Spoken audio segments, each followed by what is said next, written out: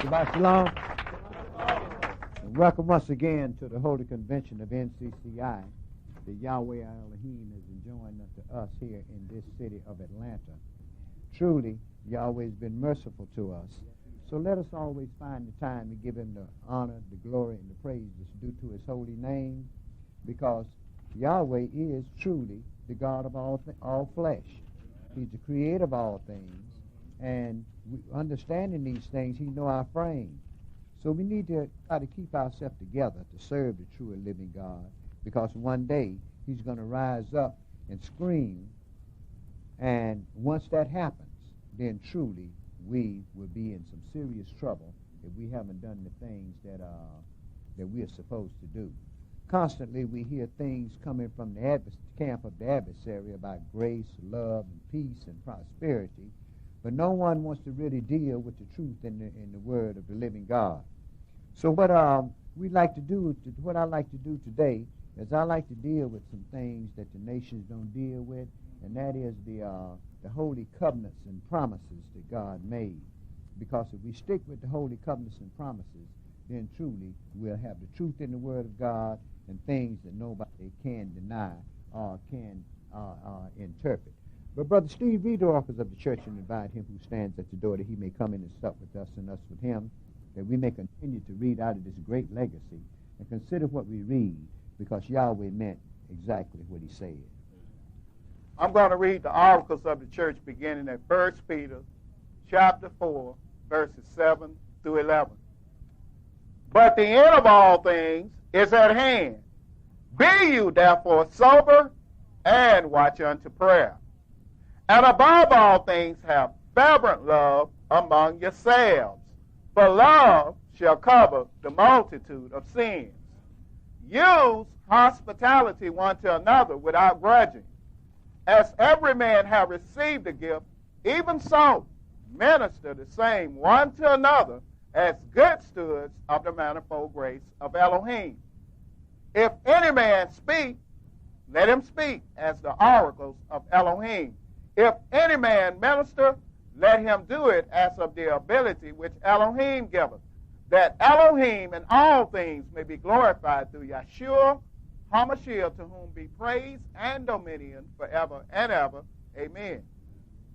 Ephesians chapter 4, verse 29. Let no corrupt communication proceed out of your mouth, but that which is good to the use of edifying, that it may minister grace unto the hearers. And grieve not the Holy Spirit of Elohim, whereby you are sealed unto the day of redemption. Let all bitterness and wrath and anger and clamor and evil speaking be put away from you with all malice.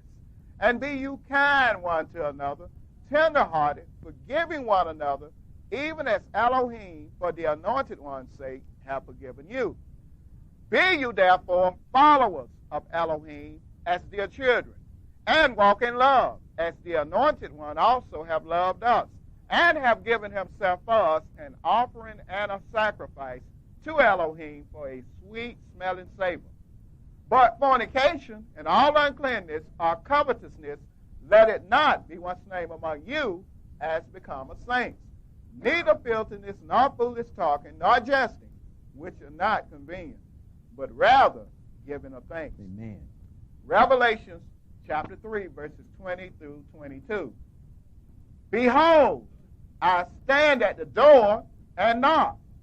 If any man hear my voice and open the door, I will come into him and will sup with him, and he with me. To him that overcometh will I grant to sit with me in my throne, even as I also overcame, and am set down with my Father in his throne. He that have an ear, let him hear what the Spirit says unto the church. Amen.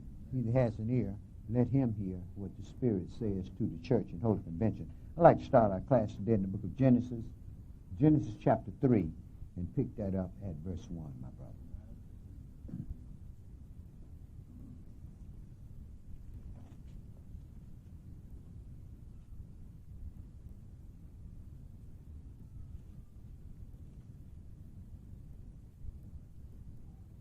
Verse 1.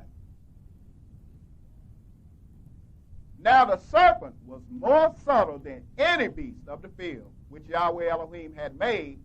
And he said unto the woman, Yea, have Elohim said, You shall not eat of every tree of the garden? And the woman said unto the serpent, We may eat of the fruit of the trees of the garden, but of the fruit of the tree which is in the midst of the garden, Elohim hath said, You shall not eat of it, neither shall you touch it, lest you die. And the serpent said unto the woman, You shall not surely die, for Elohim does know that in the day you eat thereof, then your eyes shall be opened, and you shall be as Elohim, knowing good and evil. And when the woman saw that the tree was good for food, and that it was pleasant to the eyes, and a tree to be desired to make one wise, she took of the fruit thereof, and did eat, and gave also unto her husband with her, and he did eat. And the eyes of them both were open, and they knew that they were naked. And they sewed fig leaves together, and made themselves aprons. And they heard the voice of Yahweh Elohim walking in the garden in the cool of the day, and Adam and his wife hid themselves from the presence of Yahweh Elohim amongst the trees of the garden. And Yahweh Elohim called unto Adam and said unto him, Where are you? And he said, I heard your voice in the garden, and I was afraid because I was naked, and I hid myself. And he said, Who told you that you were naked? Have you eaten of the tree whereof I commanded you that you should not eat? And the man said, The woman whom you gave to be with me, she gave me of the tree, and I did eat. And Yahweh Elohim said unto the woman, What is this that you have done? And the woman said, The serpent beguiled me, and I did eat. And Yahweh Elohim said unto the serpent, Because you have done this, you are cursed above all cattle and above every beast of the field. Upon your belly shall you go, and thus shall you eat all the days of your life. And I will put an adversary between you and the woman, and between your seed and her seed. It shall bruise your head, and you shall bruise his heel. Unto the woman he said, I will greatly multiply your sorrow and your conception. In sorrow you shall bring forth children, and your desire shall be to your husband, and he shall rule over you. And unto Adam he said, Because you have hearkened unto the voice of your wife, and have eaten of the tree, of which I commanded you, saying, You shall not eat of it, cursed is the ground for your sake. In sorrow shall you eat of it all the days of your life. Thorns also and thistles shall they bring forth to you, and you shall eat the herb of the field. In the sweat of your face shall you eat bread, till you return unto the ground. For out of it were you taken, for dust you are, and unto dust shall you return. And Adam called his wife's name Eve, because she was the mother of all living. Unto Adam also and to his wife did Yahweh Elohim make coats of skins and clothe them. And Yahweh Elohim said, Behold, the man is become as one of us, to know good and evil. And now does he put forth his hand, and take also of the tree of life, and eat and live forever? Therefore Yahweh Elohim sent him forth from the garden of Eden to till the ground from whence he was taken. So he drove out the man, and he placed at the east of the garden of Eden cherubims and a flaming sword which turned every way to keep the way of the tree of life. Okay, my brother, I don't want to go any further than that. Now, in verse 15, we see that it was two seeds. You had a good seed, and you had the sons of Yahweh who would bruise the head of Satan by taking away his power. The evil seeds would be destroyed as Lucifer. All the evil seeds upon the earth, we understand from our reading that all the evil seeds will be destroyed as Lucifer's power is taken away. In verse 16, the woman was to have pain in childbearing, and man to be a woman's desire, and man given rulership. Now, in verse 17 through verse 24, the ground was cursed and wouldn't yield her strength to man, and would bring forth things to cause man's problems in his survival. And because of one act of disobedience, death was visited upon man and his kind, and evil began to reign upon the earth. Now, let's go This thing couldn't last forever like that. We know that the earth still brings forth thorns and thistles, right? But let's see what Yahweh is going to do about this thing. Romans chapter 8 in verse 1 through verse 23. Y'all keep your place back there in Genesis because we're coming back there. Romans chapter 8 in verse 1 through verse 23. Most of our reading is going to be done in the Genesis today. Romans chapter 8 in verse 1 through verse 23.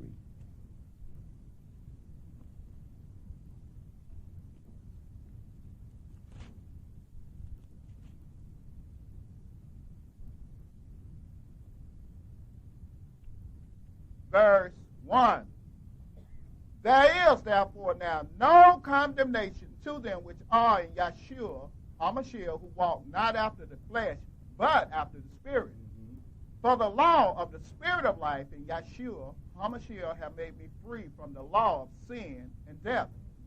For what the law could not do, in that it was weak through the flesh, Elohim sending his own Son in the likeness of sinful flesh, and for sin, condemned sin in the flesh, that the righteousness of the law might be fulfilled in us, who walk not after the flesh, but after the Spirit.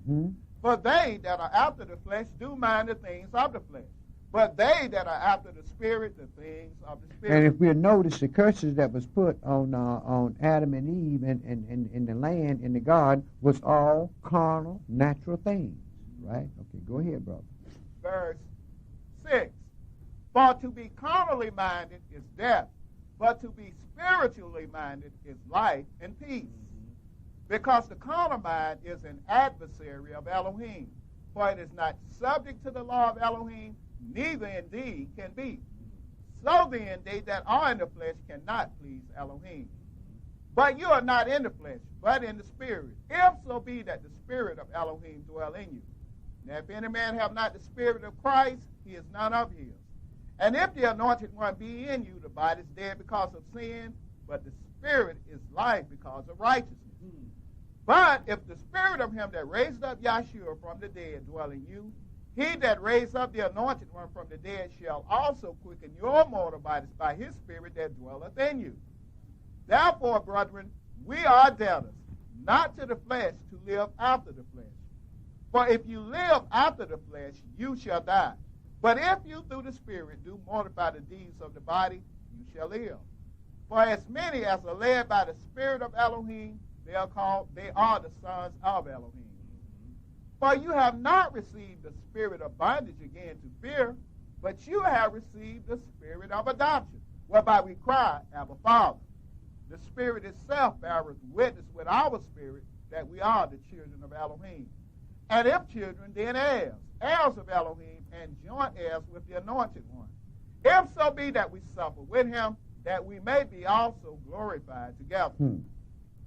For I reckon that the sufferings of this present time are not worthy to be compared with the glory which shall be revealed in us. For the earnest expectation of the creature waiteth for the manifestation of the sons of Elohim. For the creature was made subject to vanity, not willingly, but by reason of him who have subjected the same in hope. We just read the curses, right? Go ahead, brother. Verse 21. Because the creature itself also shall be delivered from the bondage of corruption into the glorious liberty of the children of Elohim. For we know that the whole creation groaneth and travaileth in pain together unto now. And not only they, but ourselves also, which have the first fruits of the Spirit, even we ourselves groan within ourselves, waiting for the adoption, to wit, the redemption of our body. So man is waiting for the redemption of the earth and for the redemption of his body, right? Okay, Ezekiel 36, and pick that up at verse 16, my brother. Ezekiel 36 and verse 16. See, Yahweh don't just throw things out there and just leave them out there forever. The evil that he caused to come upon the earth. What Yahweh does is he always has made a redemption for the things that he created, except for the adversary of the devil. Ezekiel 36, and pick that up at verse 16. Moreover, the word of Yahweh came unto me, saying, Son of man, when the house of Israel dwelt in their own land. Verse 24, brother, I'm sorry. Ezekiel chapter 36, verse 24.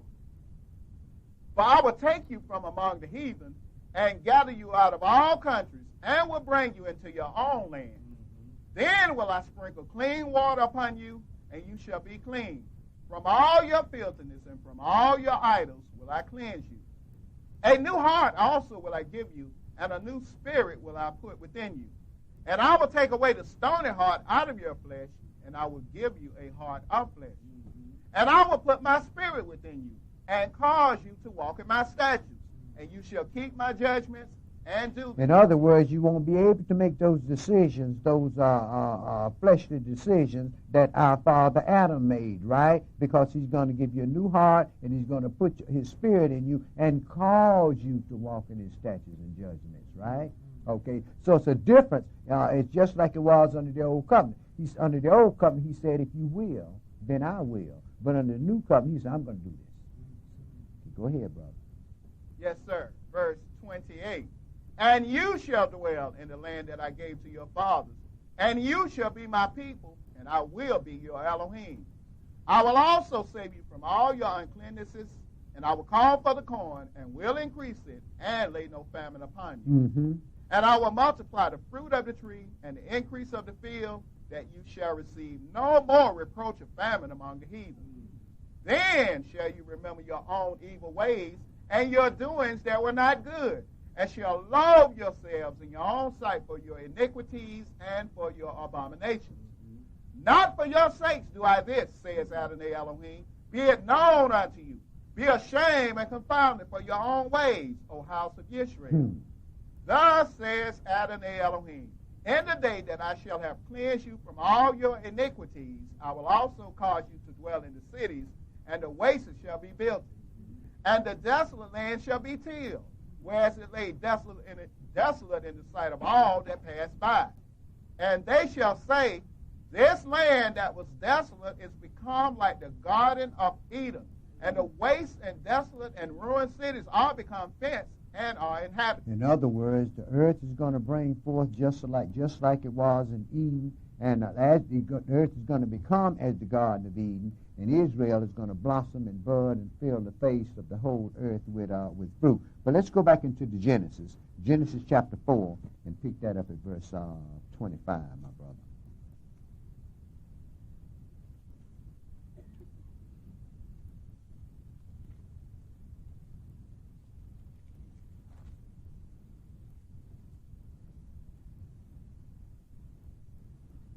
We know the story. Cain killed Abel, and they both went before the Creator to make offerings, and Abel's offering was accepted because Abel was the seed. But Cain's offering was not accepted because of Cain's attitude toward things. Cain cared about Cain. Let's see. Okay. Pick that up at verse 25. And Adam knew his wife again, and she bare a son, and called his name Seth. For Elohim said she, have appointed me another seed instead of Abel, who Cain slew. And to Seth, to him also there was born a son, and he called his name Enos. Then began men to call upon the name of Yahweh. Then began men to call upon the name of Yahweh, right? In Seth's time, right? Go ahead, brother. This is the book of the generations of Adam. In the day that Elohim created man, in the likeness of Elohim made he him. Male and female created he them, and blessed them, and called their name Adam in the day when they were created. And Adam lived 130 years, and begot a son in his own likeness, after his image, and called his name Seth. In other words, the other boys didn't look nothing like Adam, did he? See, Seth looked like Adam, and Adam was in the image and likeness of God, right? In other words, Yahweh was populating the earth under the various colors that he wanted upon the earth, just like he did after the flood. Go ahead and read, brother. Verse 4. And the days of Adam, after he had begotten Seth, were 800 years, and he begot sons and daughters. And all the days that Adam lived were 930 years, and he died. And Seth lived 105 years, and begot Enos. And Seth lived after he begot Enos 807 years, and begot sons and daughters. And all the days of Seth were 912 years, and he died. Verse 21. And now if you check your time, you'll find out that when Rachel got married, that Seth was still alive. So you can see the brother did live a very long time. A lot of people I've heard people say that Shem was Melchizedek, but Shem had a mother and father. Okay, go verse 21, brother. And Enoch lived 65 years and begot Methuselah.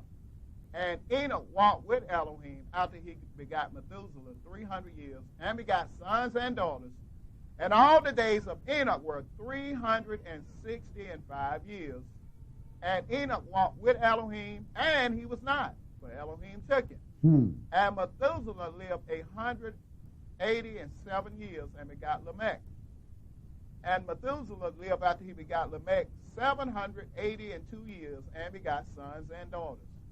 And all the days of Methuselah were 969 years, and he died. Chapter 6 and 1 through chapter 7 and verse 24, you see, if you go back and check your history, you'll find out that Methuselah lived longer than any other man had lived upon the earth. Chapter 6 and 1 and 7 and 24. But the thing of it is, what this is showing us is just like man had longevity before the flood came, man is going to have longevity again after the next flood comes. And I'm not talking about a flood of water. Chapter 6 and verse 1 through chapter 7 and verse 24, brother.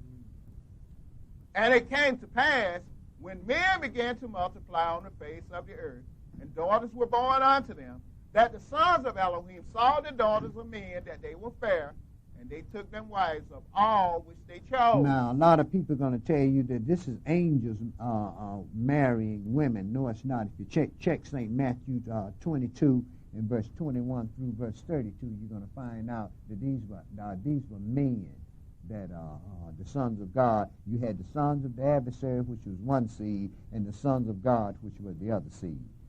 Go ahead and read, Steve. Verse 3. And Yahweh said, my spirit shall not always strive with man, for that he also is flesh. Yet his days shall be 120 years. There were giants in the earth in those days. And also after that, when the sons of Elohim came in unto the daughters of men, and they bare children to them, the same became mighty men which were of old, men of renown. Elohim saw that the wickedness of man was great in the earth, and that every imagination of the thoughts of his heart was only evil continually. And what's the difference between those times and these times? Nothing but the year. Go ahead, brother. Verse 6. And it repented Yahweh that he had made man on the earth, and it grieved him at his heart. And Yahweh said, I will destroy man whom I have created from the face of the earth, both man and beast, and the creeping thing, and the fowls of the air, for it repenteth me that I have made them. But Noah found grace in the eyes of Yahweh. And man is talking about grace today, and grace was given 2,335 years before the year zero. Grace was always here. Adam received grace when he didn't die. He told him, say, in the day that you eat of that tree, you shall die, right? And look how long Adam lived. You see? So Adam did receive grace, didn't he? Go ahead, brother. Because Yahweh said that a day is as 1,000 years, and 1,000 years is as a day. Adam didn't live to get 1,000 years old, and therefore he did die in a day. That's one argument I see. Okay. How about that one, too? Go ahead, brother. Verse 9. These are the generations of Noah. Noah was a just man and perfect in his generations, and Noah walked with Elohim. And Noah begot 3 sons, Shem, Ham, and Japheth. The earth also was corrupt before Elohim, and the earth was filled with violence. And Elohim looked upon the earth, and behold, it was corrupt, for all flesh had corrupted his way upon the earth. And Elohim said unto Noah, the end of all flesh is come before me, for the earth is filled with violence through them. And behold, I will destroy them with the earth. Make you an ark of gopher wood, Room shall you make in the ark, and shall pitch it within and without with pitch. And this is the fashion which you shall make it of.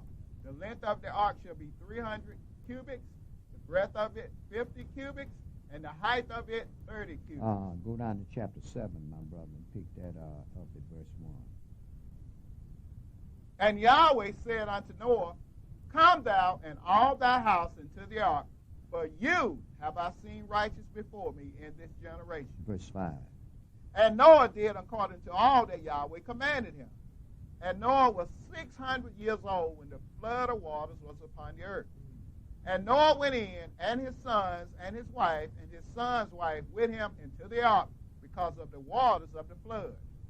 Of clean beasts, and of beasts that are not clean, and of fowls, and of everything that creepeth upon the earth, that went in two and two unto Noah into the ark, the male and the female, as Elohim had commanded Noah.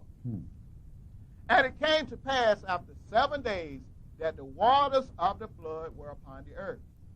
In the 600th year of Noah's life, in the second month, the 17th day of the month, the same day were all the fountains of the great deep broken up, and the windows of heaven were opened. And the rain was upon the earth 40 days and 40 nights. Verse 18. And the waters prevailed and were increased greatly upon the earth, and the ark went upon the face of the waters. And the waters prevailed exceedingly upon the earth, and all the high hills that were under the whole heavens were covered. 15 cubits upward did the waters prevail, and the mountains were covered.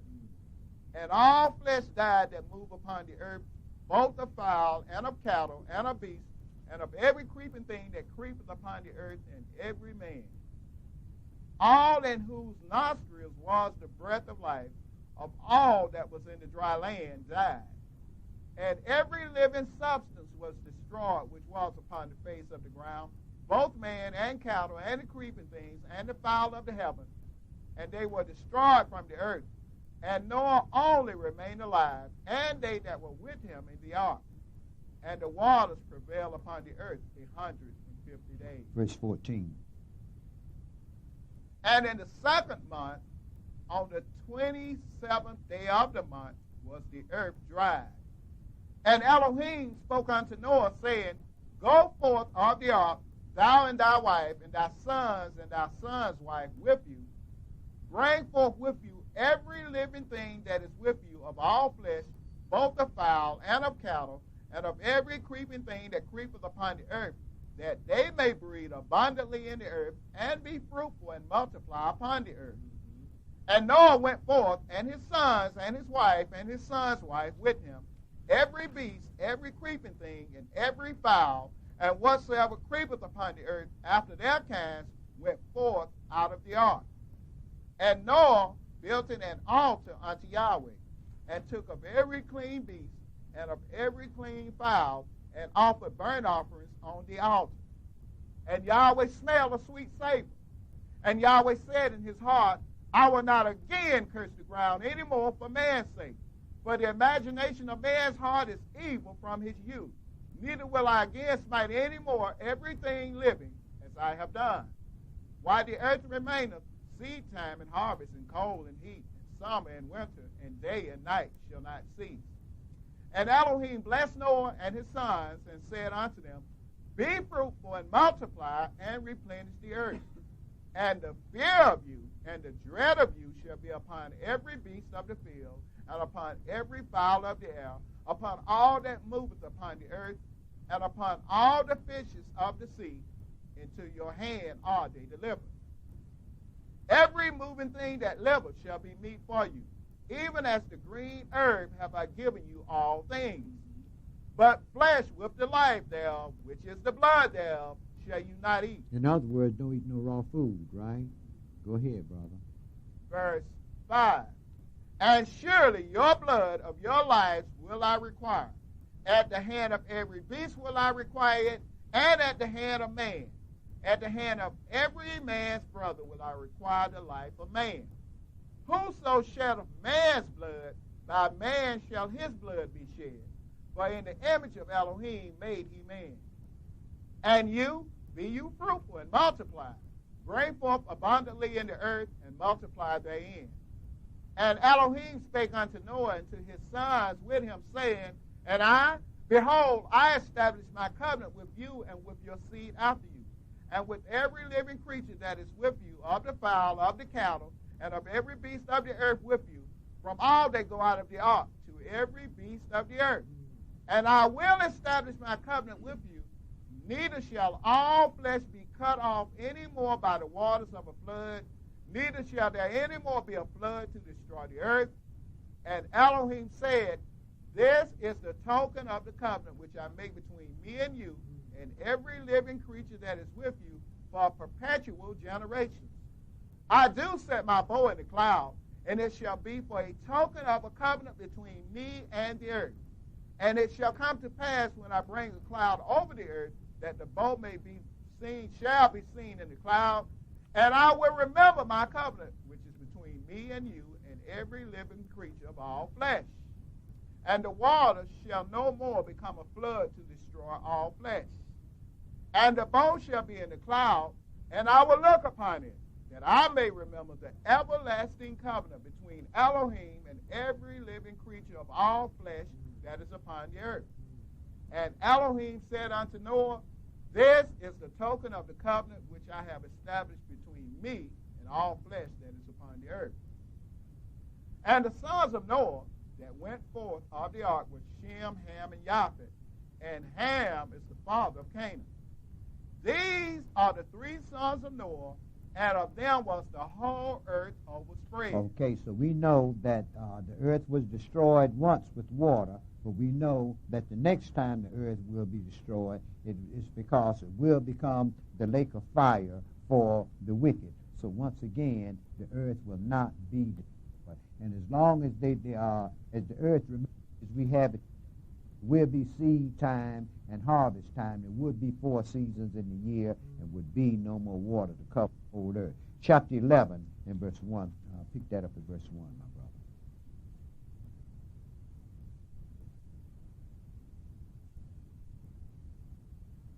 And the whole earth was a one language and a one speech. And it came to pass, as they journeyed from the east, that they found a plain in the land of Shinar, and they dwelt there. And they said one to another, Go to, let us make brick, and burn them thoroughly. And they had brick for stone, and slime had they for mortar. And they said, Go to, let us build us a city and a tower, whose top may reach unto heaven, and let us make us a name, lest we be scattered abroad upon the face of the earth. Mm-hmm. And Elohim came down to see the city and the tower, which the children of men builded. And Yahweh said, Behold, the people is one, and they have all one language, and this they begin to do. And now nothing will be restrained from them, which they have imagined to do. Mm-hmm. Go to, let us go down, and there confound their language, that they may not understand one another's speech. So Yahweh scattered them abroad from thence upon the face of all the earth, and they left off to build a city. Therefore is the name of it called Babel, because Yahweh did there confound the language of all the earth, and from thence did Yahweh scatter them abroad upon the face of all the earth. These are the generation of Shem. Shem was 100 years old and begot Arphaxad 2 years after the flood. And Shem lived after he begot Arphaxad 500 years and begot sons and daughters. Verse 22. And Serug lived 30 years and begot Nahor. And Serug lived after he begot Nahor 200 years and begot sons and daughters. And Nahor lived 29 years and begot Terah. And Nahor lived after he begot Terah 119 years and begot sons and daughters. And Terah lived 70 years and begot Abram, Nahor, and Haran. Now these are the generations of Terah. Terah begot Abram, Nahor, and Haran. And Haran begot Lot. And Haran died before his father Terah in the land of his nativity in Ur of the Chaldees. And Abram and Nahor took them wives. The name of Abram's wife was Sarai, and the name of Nahor's wife Milcah, the daughter of Haran, the father of Milcah, and the father of Iscah. But Sarai was barren, she had no child. And Terah took Abram his son, and Lot the son of Haran his son's son, and Sarai his daughter-in-law, his son's Abram's wife. And they went forth with them from Ur of the Chaldees to go in the land of Canaan, and they came to Haran and dwelt there. And the days of Terah was 205 years, and Terah died in Haran. In western Iraq, right? Go ahead, brother. Genesis chapter 12, verse 1. Now Yahweh had said unto Abram, Get thee out of thy country, and from thy kindred, and from thy father's house, unto a land that I will show you. And I will make of you a great nation, and I will bless you, and make your name great, and you shall be a blessing. And I will bless them that bless you, and curse him that curses you. And in you shall all families of the earth be blessed. So now we had the covenant with Adam in the garden, and we had the covenant with Noah, right? And now we have a promise that's made to Abraham, right? Go ahead, brother. Verse 4. So Abram departed as Yahweh had spoken unto him, and Lot went with him.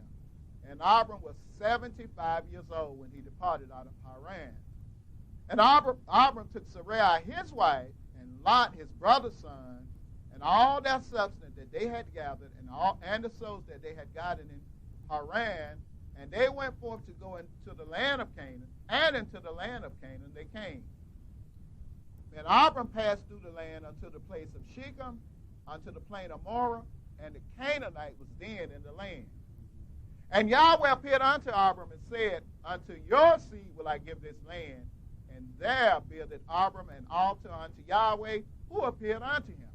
And he removed from thence unto a mountain on the east of Bethel, and pitched his tent, having Bethel on the west, and Hai on the east.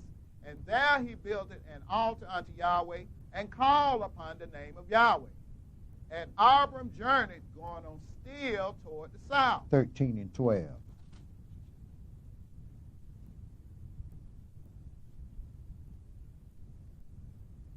Abram dwelled in the land of Canaan, and Lot dwelled in the cities of the plain, and pitched his tent toward Sodom.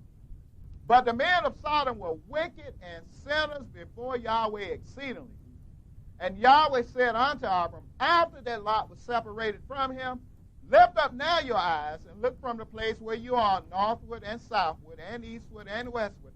For all the land which you see, to you will I give it, and to your seed forever. And I will make your seed as the dust of the earth, so that if a man can number the dust of the earth, then shall your seed also be numbered. Arise, walk through the land in the length of it, and in the breadth of it, for I will give it unto thee. Then Abram removed his tent and came and dwelt in the plain of Mamre, which is in Hebron, and built there an altar unto Yahweh. 15 and 1.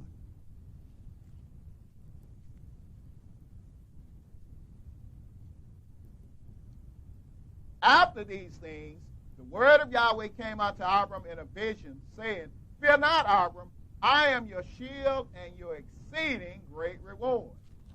And Abram said, Yahweh Elohim, what will you give me, seeing I go childless, and the steward of my house is this Eleazar of Damascus? And Abram said, Behold, to me you have given no seed, and lo, one born in my house is mine heir. And behold, the word of Yahweh came unto him, saying, There shall not be your heir, but he that shall come forth out of your own bowels shall be your heir. And he brought him forth abroad and said, Look now toward heaven, and count the stars, if you be able to number them. And he said unto him, So shall your seed be. And he believed in Yahweh, and he counted it to him for righteousness. And he said unto him, I am Yahweh, that brought you out of Ur of the Chaldees, to give you this land to inherit it. And he said, Adonai Elohim, whereby shall I know that I shall inherit it? And he said unto him, Take me a heifer of 3 years old, and a she-goat of 3 years old, and a ram of 3 years old, and a turtle dove, and a young pigeon. And he took unto him all these, and divided them in the midst, and laid each piece one against another, but the birds divided he not. And when the fowls came down upon the carcasses, Abram drove them away. And when the sun was going down, a deep sleep fell upon Abram, and lo, a horror of great darkness fell upon him. And he said unto Abram, know of a surety that your seed shall be a stranger in a land that is not theirs, and shall serve them, and they shall afflict them 400 years. And also that nation whom they shall serve, will I judge, and afterwards shall they come out with great substance. And thou shalt go to thy fathers in peace. Thou shalt be buried in a good old age. But in the 4th generation they shall come hither again, for the iniquity of the Amorites is not yet full. And it came to pass that when the sun went down, and it was dark, behold, a smoking furnace and a burning lamp that passed between those pieces. In the same day Yahweh made a covenant with Abram, saying, unto your seed have I given this land, from the river of Egypt unto the great river, the river Euphrates, the Kenites and the Kenizzites and the Cadmonites and the Hittites and the Perizzites and the Rephaims and the Amorites and the Canaanites and the Girgashites and the Jebusites. So now we see that a covenant was made with Abraham concerning the land, right? There was one covenant that was made with Abraham, right? Now go ahead, my brother, chapter 17 and verse 1.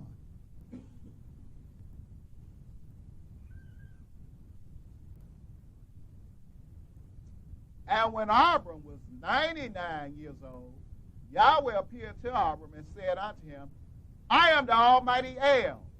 Walk before me and be thou perfect. And I will make my covenant between me and thee, and I will multiply thee exceedingly. And Abram fell on his face, and Elohim talked with him, saying, as for me, behold, my covenant is with thee, and thou shalt be a father of many nations. Neither shall thy name any more be called Abram, but thy name shall be Abraham. For a father of many nations have I made thee. And I will make thee exceeding fruitful, and I will make nations of thee, and kings shall come out of thee. And I will establish my covenant between me and thee and thy seed after thee in their generations for an everlasting covenant, to be a Elohim unto thee and to thy seed after thee. And I will give unto thee and to thy seed after thee the land wherein you are a stranger, all the land of Canaan, for an everlasting possession, and I will be their Elohim. Mm-hmm. And Elohim said unto Abraham, you shall keep my covenant, therefore, you and your seed after you in their generations. This is my covenant which you shall keep between me and you and your seed after you. Every man-child among you shall be circumcised. Now we have another covenant with Abraham, don't we? The covenant of the circumcision, right? Go ahead, brother. Verse 11. And you shall circumcise the flesh of your foreskin, and it shall be a token of the covenant between me and you. And he that 8 days old, and he that is 8 days old shall be circumcised among you, every man-child in your generations. He that is born in the house, or bought with money of any stranger, which is not of your seed. He that is born in your house, and he that is bought with your money must needs be circumcised, and my covenant shall be in your flesh for an everlasting covenant. And the uncircumcised man-child whose flesh of his foreskin is not circumcised, that soul shall be cut off from his people. He hath broken my covenant. And Elohim said unto Abraham, as for Sarai your wife, you shall not call her name Sarai, but Sarah shall her name be. And I will bless her, and give your son also of her. Yea, I will bless her, and she shall be a mother of nations. Kings of people shall be of her. Then Abraham fell upon his face and laughed and said in his heart, shall a child be born unto him that is 100 years old? And shall Sarah that is 90 years old bear? And Abraham said unto Elohim, oh, that Ishmael might live before you. And Elohim said, Sarah your wife shall bear your son indeed, and you shall call his name Esau, and I will establish my covenant with him for an everlasting covenant, and with his seed after him. 21 and 1, my brother.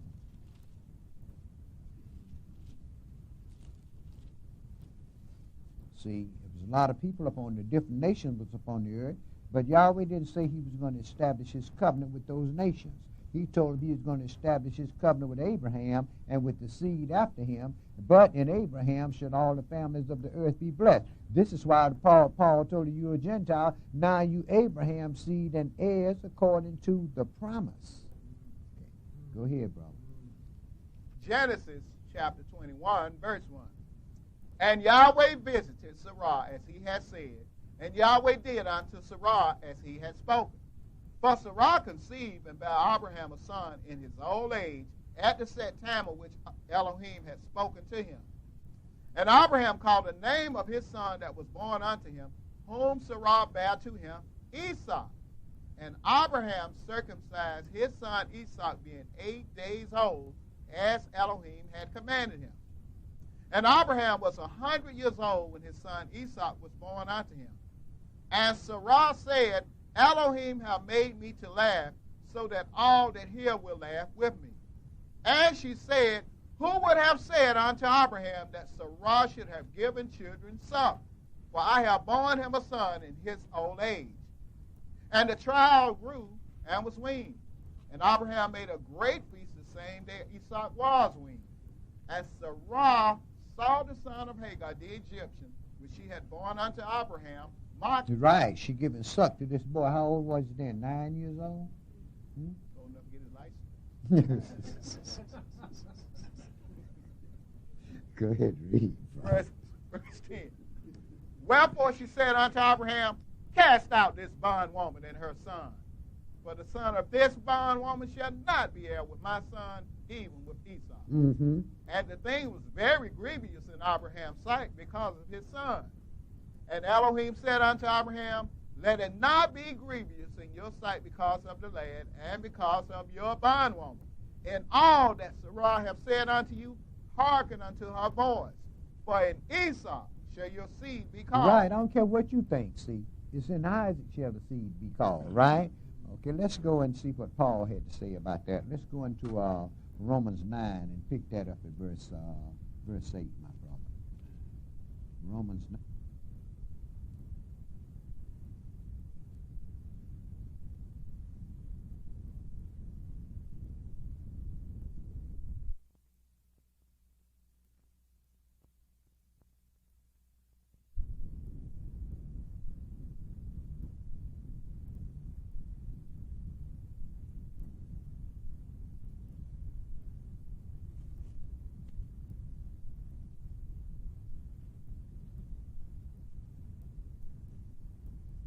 Why don't you pick that up at verse 6, my brother. Romans 9, verse 6. Not as though the word of Elohim hath taken none effect, but they are not all Israel which are of Israel. Neither because they are the seed of Abraham are they all children. But in Esau shall your seed be called. A special seed. See, go ahead, brother. That is, they which are the children of the flesh, these are not the children of Elohim. But the children of the promise are counted for the seed. Mm-hmm. Verse 9, for this is the word of promise, at this time will I come, and Sarah shall have a son. And not only this, but when Rebekah also had conceived by one, even by our father Esau, for the children being not yet born, neither having done any good or evil, that the purpose of Elohim according to election might stand, not of works, but of him that calleth. It was said unto her, the elder shall serve the younger. As it is written, Jacob have I loved, but Esau have I hated.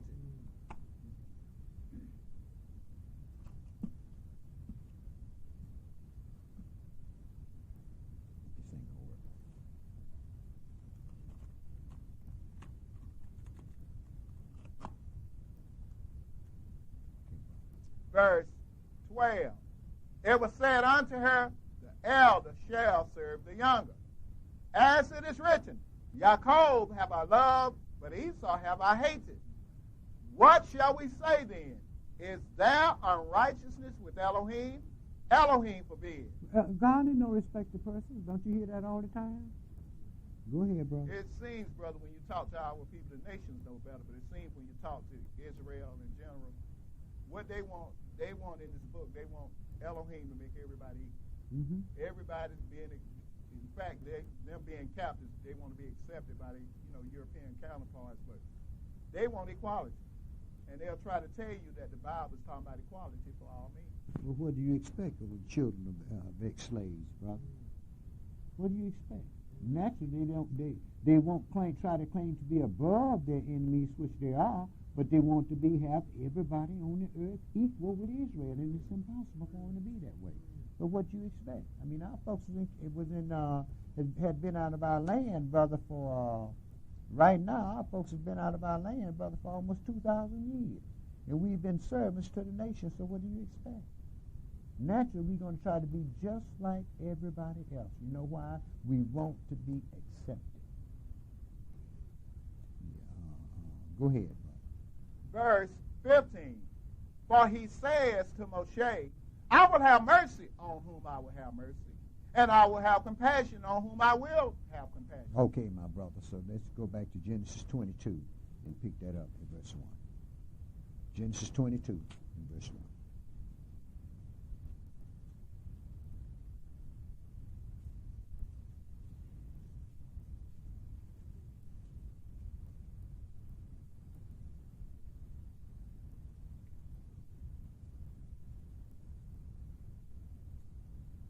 Verse 1. And it came to pass after these things that Elohim did tempt Abram, and said unto him, Abraham. And he said, Behold, here I am. And he said, Take now your son, your only son Esau, whom you love, and get you into the land of Moriah, and offer him therefore a burnt offering upon one of the mountains, which I will tell you of. Now, what the Muslims are going to tell you today, that the place that they have the Dome of the Rocks is the place that Abraham offered up Isaac, and they're going to also tell you that this is the place that Muhammad ascended into heaven when he received the words of Quran. But we know what that's all about. Yeah, go ahead, brother. Verse 3. And Abraham rose up early in the morning and saddled his ass and took 2 of his young men with him, and Esau his son, and cleaved the wood for the burnt offering, and rose up and went unto the place of which Elohim had told him. Then on the 3rd day Abraham lifted up his eyes and saw the place afar off. And Abraham said unto his young men, Abide you here with the ass, and I and the lad will go yonder and worship, and come again to you. And Abraham took the wood of the burnt offering, and laid it upon Esau his son, and he took the fire in his hand and a knife, and they went both of them together. And Esau spake unto Abraham his father, and said, My father. And he said, Here am I, my son. And he said, Behold the fire and the wood, but where's the lamb for a burnt offering? And Abraham said, My son, Elohim will provide himself a lamb for a burnt offering. So they went both of them together. And they came to the place which Elohim had told him of, and Abraham built an altar there, and laid the wood in order, and bound Esau his son, and laid him on the altar upon the wood. And Abraham stretched forth his hand, and took the knife to slay his son. And the angel of Yahweh called unto him out of heaven, and said, Abraham, Abraham. And he said, Here am I. And he said, Lay not your hand upon the lad, neither do you anything unto him. But now I know that you fear Elohim, seeing you have not withheld your son, your only son, from me. And what this lets us know is that it takes a great, great sacrifice on our part to serve the true and living God. We can't do this thing haphazardly as we want to, and then expect to have eternal life from our Creator, or even live in that kingdom, because all of us is going to have to make some sacrifices we don't want to make. I don't mean what you got this extra. I mean sacrifices. Yeah. So it says in verse 2 and verse 12 then, this eliminates Abraham from being the father of the Muslim then. Of course. He's the father of the Hebrews. Of course, because because Yahweh only recognized, as far as the Holy Seed is concerned, he only recognized Esau as that holy seed. He told us, I've heard you concerning Ishmael. 11 princes shall he beget. But I'm going to make my covenant with Isaac. The earth is mine and the fullness thereof. I know you love that boy, but he ain't the one I chose. Go ahead and read, brother. Verse 13. And Abraham lifted up his eyes and looked, and behold, behind him a ram caught in a thicket by his horns. And Abraham went and took the ram and offered him up for a burnt offering in the stead of his son. And Abraham called the name of that place, Yahweh will provide. As it is said to this day, in the mount of Yahweh it shall be seen. And the angel of Yahweh called unto Abraham out of heaven the second time and said, By myself have I sworn, says Yahweh, for because you have done this thing, and have not withheld your son, your only son, that in blessing I will bless you, and in multiplying I will multiply your seed as the stars of the heaven, and as the sand which is upon the seashore, and your seed shall possess the gate of his enemies. And in your seed shall all the nations of the earth be blessed, because you have obeyed my voice. Verse chapter 25, and pick that up at verse 1, my brother.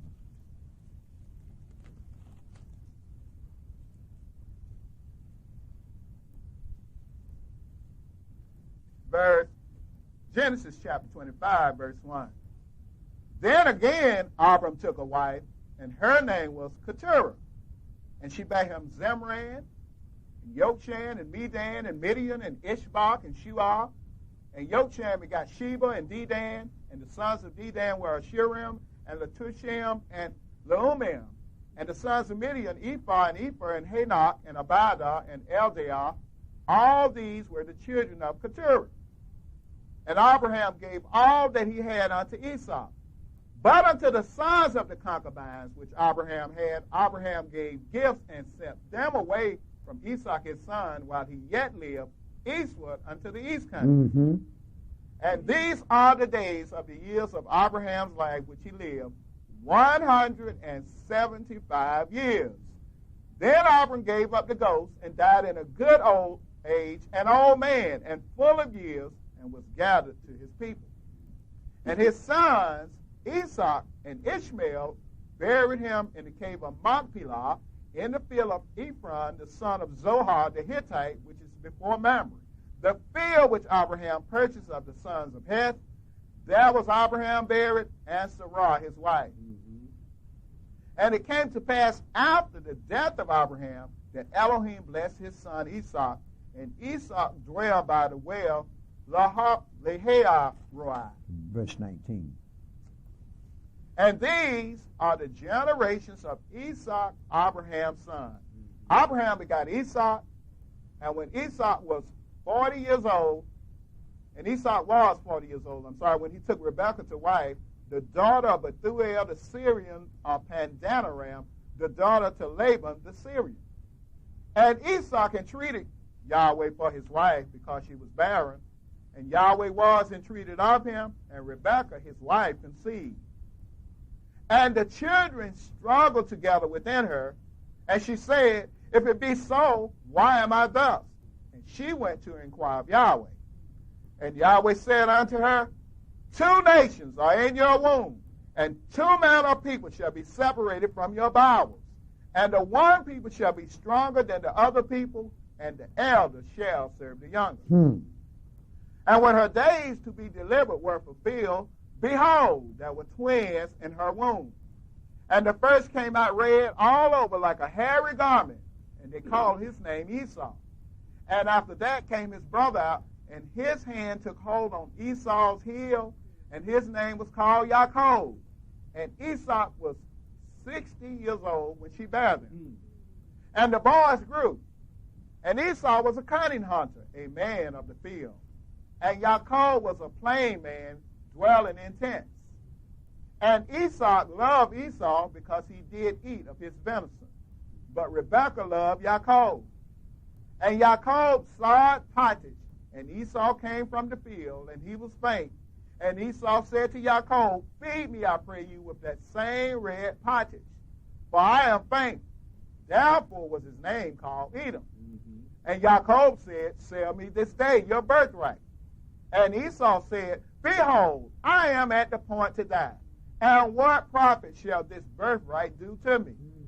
And Jacob said, swear to me this day. And he swore unto him, and he sold his birthright unto Jacob. And now he's called himself claiming his birthright back because you see the prophets that he have. He have the prophets that's coming from all the nations because he has that birthright. Go ahead, brother. Verse 34. Then Jacob gave Esau bread and pottage of lentils, and he did eat and drink, and rose up and went his way. Thus Esau despised his birthright. He ain't one, my brother. He didn't despise it too much. He sure got it back. Didn't call himself getting it back, didn't he? Bethuel was a Syrian. That because he lived in Syria, he still was a Hebrew Israelite. No. He wasn't a Hebrew. Huh? He wasn't a Hebrew Israelite. He was a Hebrew. He was a Hebrew, but he wasn't a Hebrew Israelite. He was of our people, I'm saying, because Syrians are Europeans. He was in our forefathers. He was a Hebrew. See, he was a Hebrew. He was in our lineage, but he wasn't a Hebrew Israelite. The Israelites haven't come on the scene yet. Right. But he was a Hebrew. He was a person who looked like us then, was he? I don't know whether he looked like you or not. No, the Syrians, though, are Europeans, aren't they? They're Gentiles. Well, the Syrians today are Europeans. Yeah. Okay. But these were Hebrews, brother. Okay. Abraham and his family moved from Ur the Chaldees. Pandanaram was also called Haran. So one of his brothers stayed there when he went into Canaan. And that was the descendants of his brother's children. So that's why he sent them back Syrians. The same way we call ourselves Americans today. It's because we live here. Okay. But he was a Hebrew, brother, but he wasn't He was called a Syrian because of where he lived at. He lived in Syria. Right. So he was, that's the reason why he was called a Syrian. But he wasn't an Israelite. That's what I was trying to get. Okay. Genesis 28, pick that up at verse 1. And Esau called Jacob and blessed him and charged him and said unto him, thou shalt not take a wife of the daughters of Canaan. Arise, go to Pandanaram, to the house of Bethuel, your mother's father, and take you a wife from thence of the daughters of Laban, your mother's brother.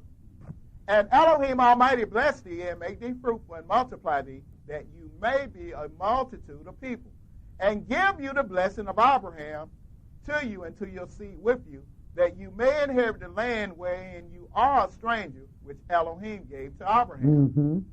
And Esau sent away Jacob, and he went to Pandanaram unto Laban, son of Bethuel the Syrian, the brother of Rebekah, Jacob's and Esau's mother. Verse 10. And Jacob went out from Beersheba and went toward Haran. And he lighted upon a certain place and tarried there all night, because the sun was set. And he took up the stones of that place and put them for his pillows, and lay down in that place to sleep. And he dreamed, and behold, a ladder set up on the earth, and the top of it reached to heaven. And behold, the angels of Elohim ascending and descending on it. And behold, Yahweh stood above it and said, I am Yahweh Elohim of your father, of Abraham your father, and the Elohim of Esau. The land whereon you lie, to you will I give it, and to your seed. And your seed shall be as the dust of the earth, and you shall spread abroad to the west and to the east and to the north and to the south. And in you and in your seed shall all the families of the earth be blessed. And behold, I am with you, and will keep you in all places whither thou goest, and will bring you again into this land.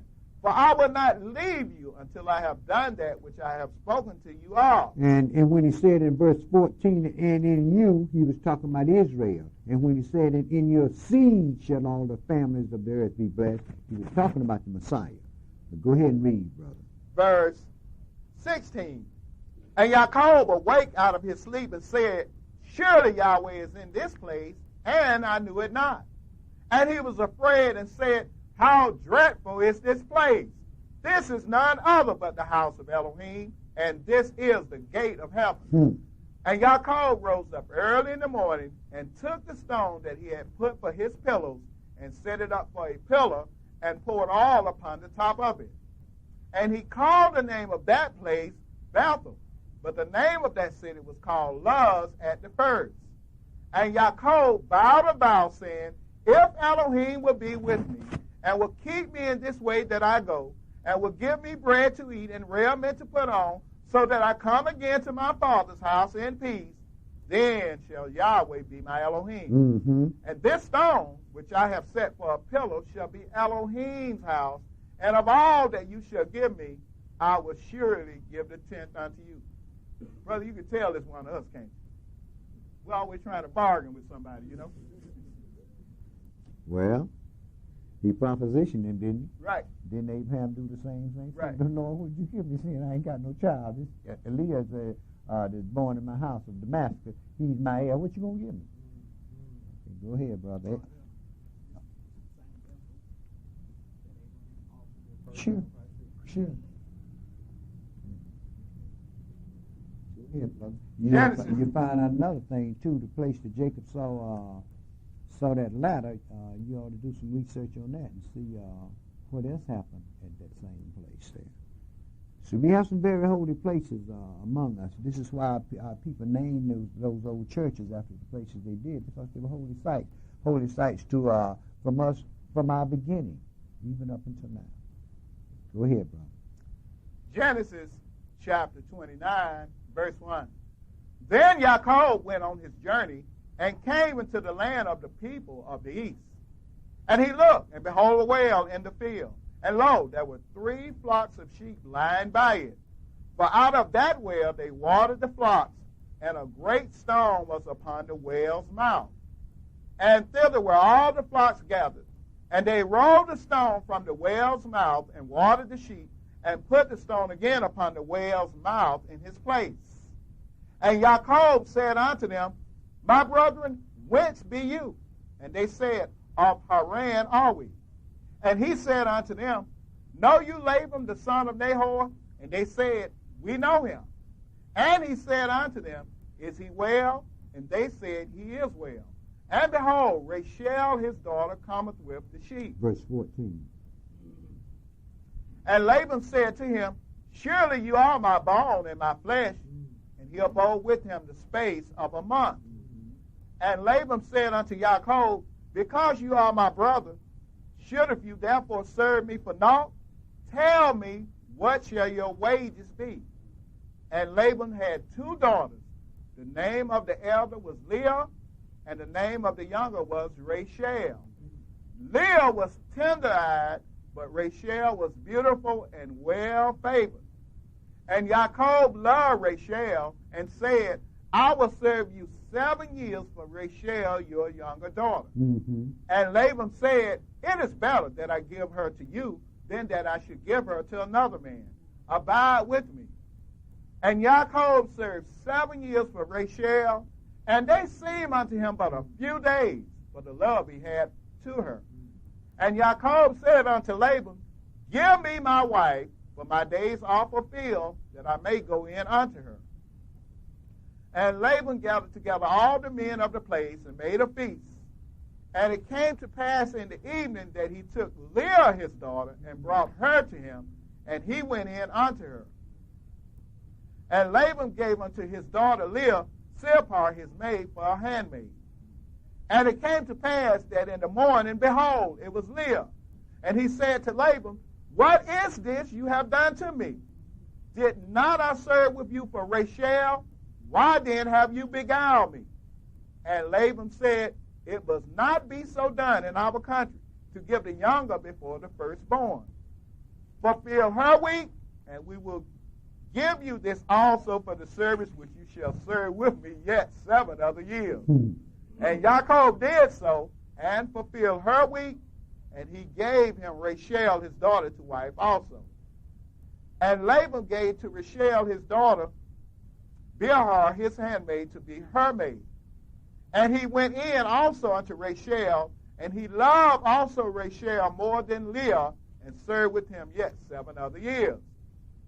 And when Yahweh, verse 31, and when the Adonai saw that Leah was hated, he opened her womb, but Rachel was barren.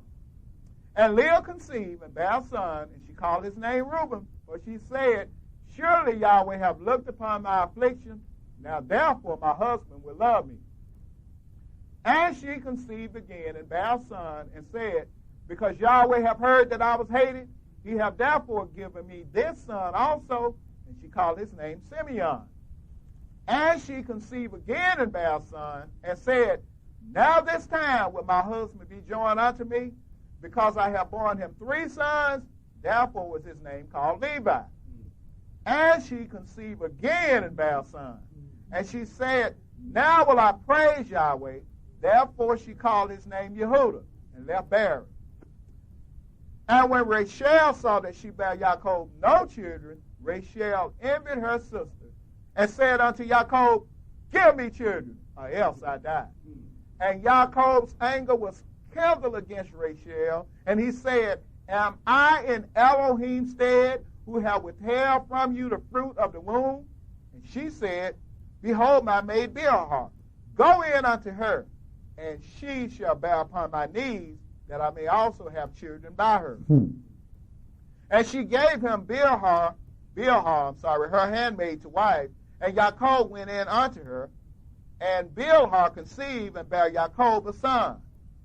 And Rachel said, Elohim have judged me, and have also heard my voice, and have given me a son, therefore called she his name Dan. And Bilhah, Rachel's maid, conceived again and bare Jacob a son, second son. And Rachel said, with great wrestlings have I wrestled with my sister, and I have prevailed. And she called his name Naphtali. When Leah saw that she had left barren, she took Zilpah her maid, and gave her Jacob to wife. And Zilpah, Leah's maid, bare Jacob a son. And Leah said, a troop cometh. And she called his name Gad. And Zilpah, Leah's maid, bare Jacob a second son. And Leah said, happy am I, for the daughters would call me blessed. And she called his name Asher. And Reuben went in the days of wheat harvest, and found mandrakes in the field, and brought them unto his mother Leah. Then Rachel said to Leah, give me, I pray you, of your son's mandrakes. And she said unto her, is it a small matter that you have taken my husband? And would you take away my son's mandrakes also?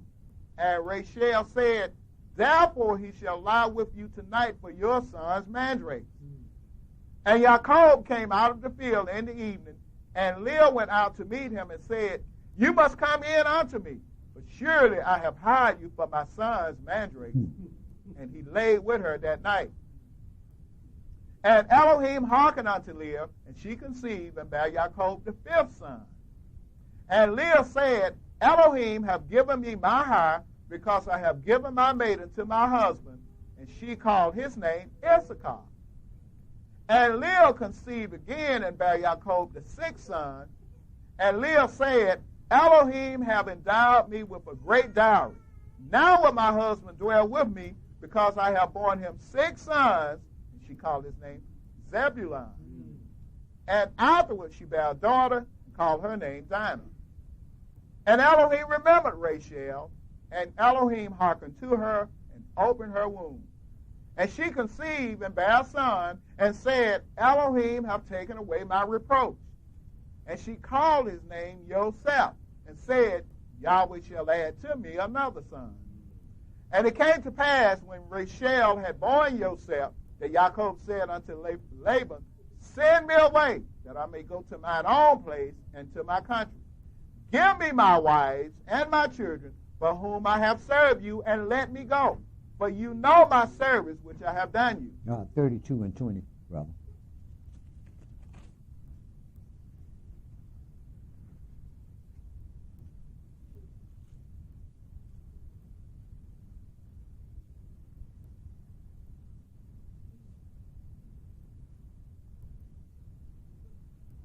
Verse 22. And Jacob rose up that night, and took his 2 wives and his 2 women servants and his 11 sons and passed over the ford Jabbok. Wait a minute.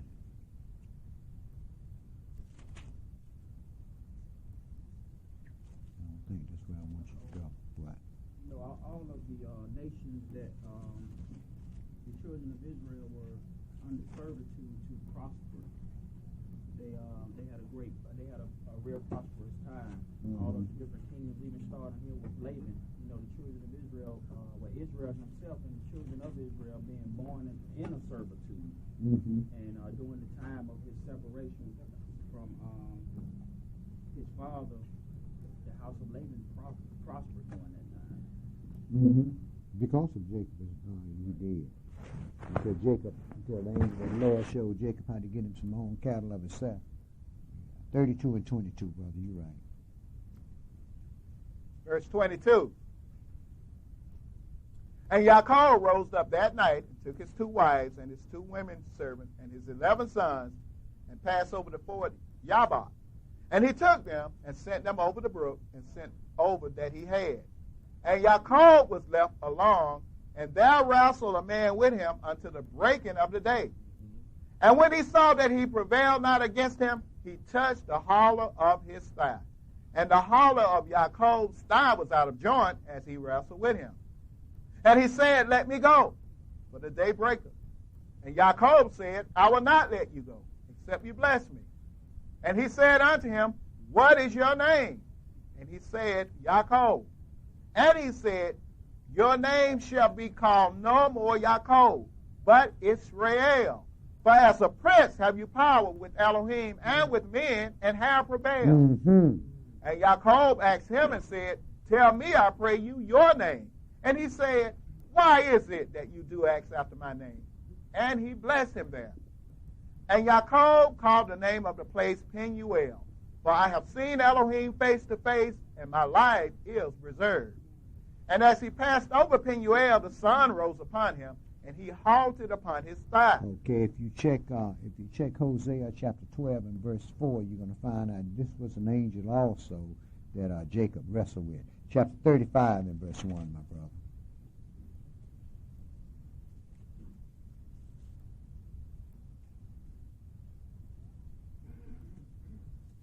And Elohim said unto Yaakov, Arise, go up to Bethel, and dwell there, and make there an altar unto Elohim, that appeared unto thee when thou fleddest from the face of Esau, thy brother. Mm-hmm. Then Yaakov said unto his household and to all that were with him, Put away the strange Elohims that are among you, and be clean, and change your garments. And let us arise and go up to Bethel, and I will make there an altar unto Elohim, who answered me in the day of my distress, and was with me in the way which I went. And they gave unto Yaakov all the strange Elohims which were in their hand, and all their earrings which were in their ears. And Yaakov hid them under the oak which was by Shechem. And they journeyed. And the terror of Elohim was upon the cities that were round about them, and they did not pursue after the sons of Yaakov. So Yaakov came to Luz, which is in the land of Canaan, that is Bethel, he and all the children that were with him. And he built there an altar and called the place El Bethel, because there Elohim appeared unto him when he fled from the face of Esau. Mm-hmm. But Deborah, Rebekah's nurse, died, and she was buried beneath Bethel under an oak, and the name of it was called Alam Bashut. And Elohim appeared unto Yaakov again when he came out of Pandanaram and blessed him. And Elohim said unto him, Your name is Yaakov. Your name shall not be called any more Yaakov, but Israel shall be your name. And he called his name Israel. And Elohim said unto him, I am Elohim Almighty. Be fruitful and multiply. A nation and a company of nations shall be of you, and kings shall come out of your loins. And the land which I gave Abraham and Esau, to you will I give it, and to your seed after you will I give the land. And Elohim went up from him in the place where he talked with him. And Yaakov set up a pillar in the place where he talked with him, even a pillar of stone. And he poured a drink offering thereon, and he poured oil thereon. And Yaakov called the name of the place where Elohim spoke with him, Bethel. Mm-hmm. And they journeyed from Bethel, and there was but a little way to come to Ephrath, and Rachel travailed, and she had hard labor. And it came to pass, when she was in hard labor, that the midwife said unto her, Fear not, you shall have this son also. And it came to pass, as her soul was in departing, for she died, that she called his name Ben-Oni, but his father called him Benjamin. And Rachel died and was buried in the way to Ephrath, which is Bethlehem. And Jacob set a pillar upon her grave. That is the pillar of Rachel's grave unto this day. And Israel journeyed and spread his tent beyond the tower of Edom. And it came to pass, when Israel dwelt in that land, that Reuben went and lay with Bilhah, his father's concubine. And Israel heard it. Now the sons of Jacob were 12. The sons of Leah, Reuben, Jacob's firstborn, and Simeon, and Levi, and Yehudah, and Issachar, and Zebulun. The sons of Rachel, Joseph, and Benjamin. And the sons of Bilhah, Rachel's handmaid, Dan and Naphtali. And the sons of Zilpah, Leah's handmaid, Gad and Asher. These are the sons of Jacob, which were born to him in Pandanaram. And Jacob came unto Esau his father, unto Mamre unto the city of Arba, which is Hebron, where Abraham and Esau sojourned. And the days of Esau were 180 years. And Esau gave up the ghost and died, and was gathered unto his people, being old and full of days. And his sons Esau and Jacob buried him. 48 and 1, brother.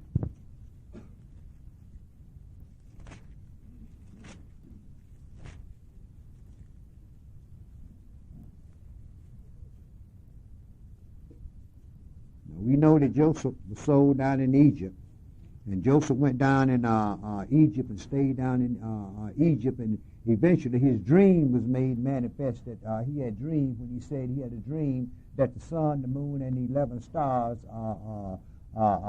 made obeisances unto him. He was the 12th star, and we know that Jacob and his father and his children rather, because there was no corn or anything growing in their land, they went down to Egypt and finally found out that Joseph was there, that he was there, and that he was their brother, and he gave them the land of Goshen, which was the fertile land of Egypt, and that's where our people lived in the land and multiplied as the stars of heaven in the land of Goshen. But let's pick this up in chapter 48 and verse. And it came to pass after these things, that one told Joseph, Behold, your father is sick. And he took with him his 2 sons, Manasseh and Ephraim. And one told Jacob and said, Behold, thy son Joseph cometh unto thee. And Israel strengthened himself and sat upon his bed. And Jacob said unto Joseph, Elohim Almighty appeared unto me at Luz in the land of Canaan, and blessed me, and said unto me, Behold, I will make you fruitful and multiply you, and I will make of you a multitude of people, and will give this land to your seed after you for an everlasting possession.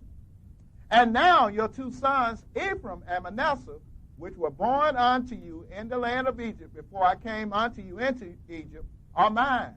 As Reuben and Simeon, they shall be mine. Now we had 12 tribes and 2 half-tribes, right? Go ahead. Verse 6. And your issue, which you begetteth after them, shall be yours, and shall be called after the name of their brethren in their inheritance. And as for me, when I came from Pandanaram, Rachel died by me in the land of Canaan in the way, when yet there was but a little way to come unto Ephrath, and I buried her there in the way of Ephrath, the same as Bethlehem. And Israel beheld Joseph's sons, and said, Who are these? And Joseph said unto his father, These are my sons, whom Elohim have given me in this place. And he said, Bring them, I pray you, unto me, and I will bless them. Now the eyes of Israel were dim for age, so that he could not see. And he brought them near unto him, and he kissed them and embraced them. And Israel said unto Joseph, I had not thought to see your face. And lo, Elohim have showed me also your seed. And Joseph brought them out from between his knees, and he bowed himself with his face toward the earth. And Joseph took them both, Ephraim in his right hand toward Israel's left hand, and Manasseh in his left hand toward Israel's right hand, and brought them near unto him. And Israel stretched out his right hand, and laid it upon Ephraim's head, who was the younger, and his left hand upon Manasseh's head, guiding his hands wittingly. For Manasseh was the firstborn. And he blessed Joseph, and said, Elohim, before whom our fathers Abraham and Esau did walk, the Elohim which fed me all my life long unto this day, the angel which redeemed me from all evil, bless the lads, and let my name be named on them, and the name of my fathers Abraham and Esau, and let them grow into a multitude in the midst of the earth. And when Joseph saw that his father laid his right hand upon the head of Ephraim, it displeased him. And he held up his father's hand to remove it from Ephraim's head unto Manasseh's head. And Joseph said unto his father, Not so, my father, for this is the firstborn. Put your right hand upon his head. And Israel refused and said, I know it, my son, I know it. He also shall become a people, and he also shall be great. But truly his younger brother shall be greater than he, and his seed shall become a multitude of nations. And he blessed them that day, saying, In you shall Israel bless, saying, Elohim make you as Ephraim and as Manasseh. And he set Ephraim before Manasseh. And Israel said unto Joseph, Behold, I die, but Elohim shall be with you, and bring you again unto the land of your fathers. Moreover, I have given to you one portion above your brethren, which I took out of the hand of the Amorite with my sword and with my bow. Mm-hmm. And Yaakov called unto his sons and said, Gather yourselves together, that I may tell you that which shall befall you in the last days. Gather yourselves together, and hear, you sons of Yaakov, and hearken unto Israel your father. Reuben, you are my firstborn, my might, and the beginning of my strength, the excellency of dignity, and the excellency of power. Unstable as water, you shall not excel, because you went up to your father's bed. Then you defiled it. He went up to my couch. And he lost his birthright for it. Go ahead, brother. Verse 5. Simeon and Levi are brethren. Instruments of cruelty are in their habitation. O my soul, come not thou into their secret. Until their assembly, mine honor, be not you united. For in their anger they slew a man, and in their self-will they dig down a wall. They slew a whole lot of men and dug and tore down the wall simply because their sister went to visit to see how the daughters of the land fared, and she got raped, and these brothers sought revenge for it. Got revenge for it, rather. Go ahead, brother. Verse 7. Cursed be their anger, for it was fierce, and their wrath, for it was cruel. I will divide them in Yaakov and scatter them in Israel. Yehuda, you are he whom your brother shall praise. Your hand shall be in the neck of your enemies. Your father's children shall bow down before you. Yehuda is a lion's whelp. From the prey, my son, you are gone up. He stooped down. He couched as a lion, and as an old lion. Who shall rouse him up? The scepter shall not depart from Yehuda, nor lawgiver from between his feet, until Shiloh come, and unto him shall the gathering of the people be. So now we have the blessings of the tribe, and we have a special blessing here of which tribe the Shiloh would come out, which would be the tribe of Judah, right? Okay, let's go to 2 Samuel chapter 7 and pick that up at verse 1. 2 Samuel 7 and verse 1.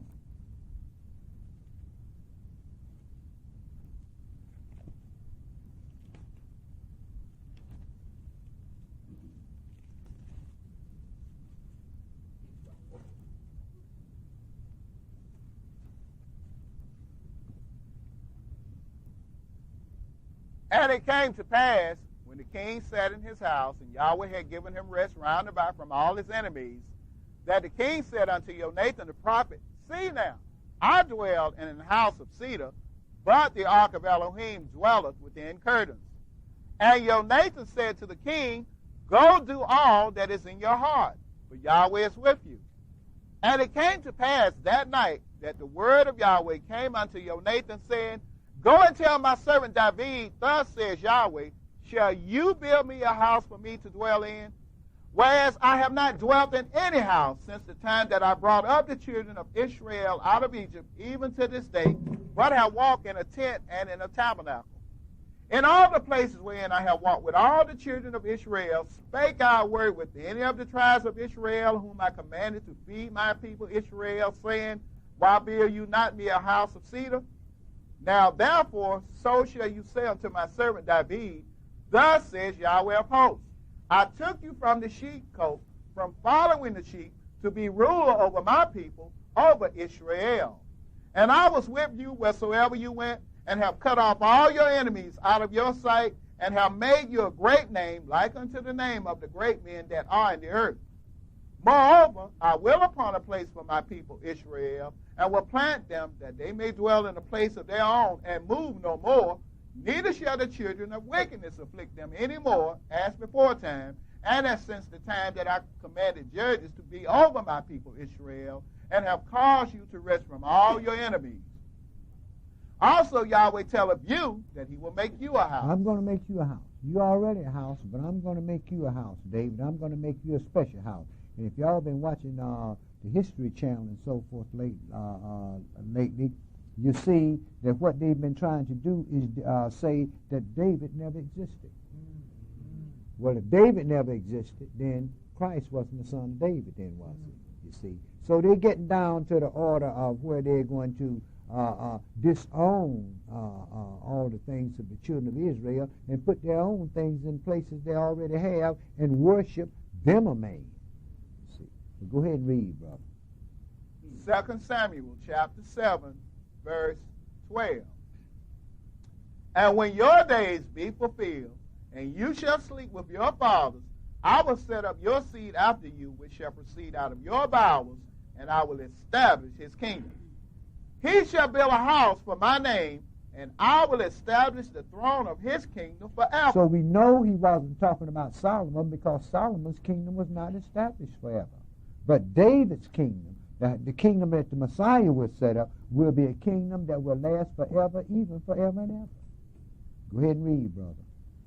2 Samuel chapter 7, verse 14. See, this is why they call the Messiah the Lion of the tribe of Judah, the root of David.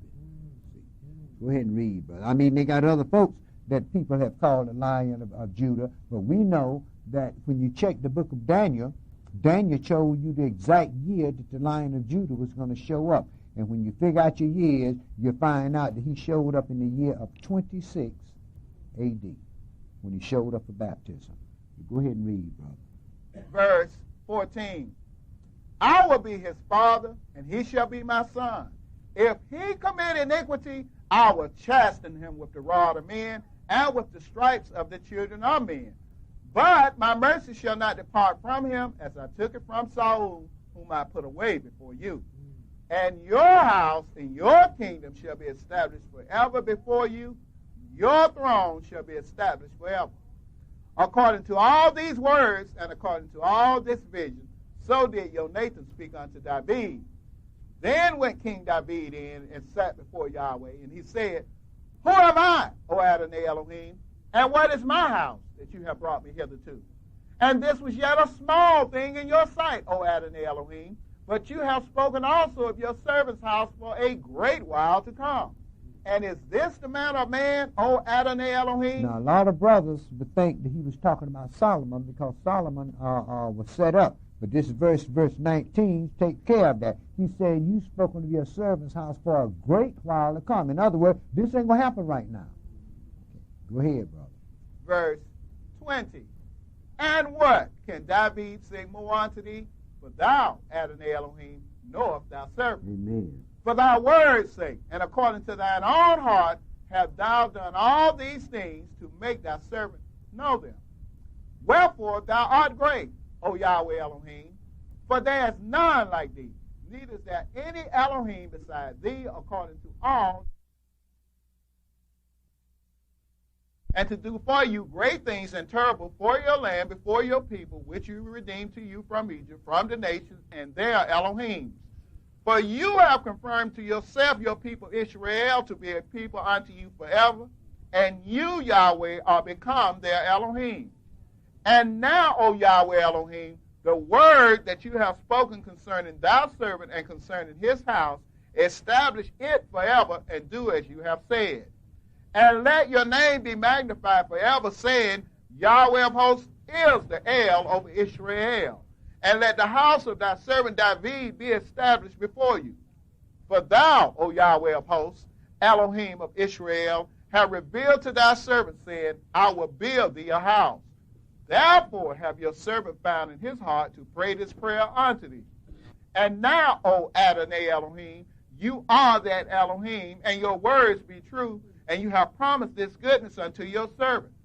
Therefore now let it please you to bless the house of your servant, that it may continue forever before you.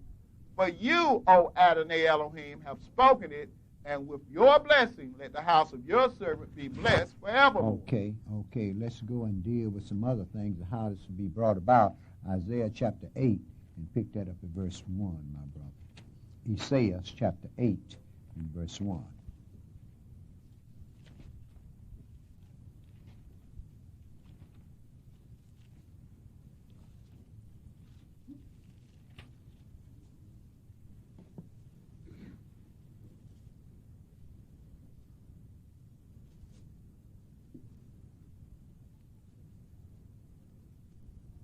Verse 1.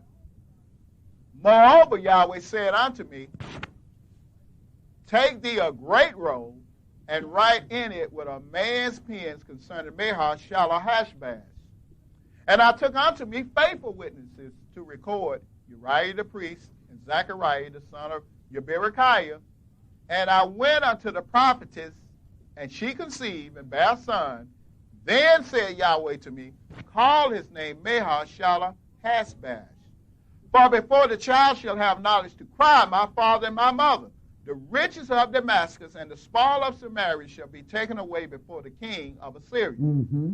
Yahweh spake also unto me, saying, for as much as this people refuses the waters of Shiloah that go softly, and rejoice in Rezin and Remaliah's son, now therefore, behold, the Adonai bringeth up upon them the waters of the river strong and many, even the king of Assyria in all his glory. And he shall come up over all his channels and go over all his banks. And he shall pass through Yehudah, he shall overflow and go over, he shall reach even to the neck, and the stretching out of his wings shall fill the breadth of your land, O Emmanuel. Associate yourselves, O you people, and you shall be broken in pieces. And give ear, all your far countries. Gird yourselves, and you shall be broken in pieces. Gird yourselves, and you shall be broken in pieces. Mm-hmm. Take counsel together, and it shall come to naught. Speak the word, and it...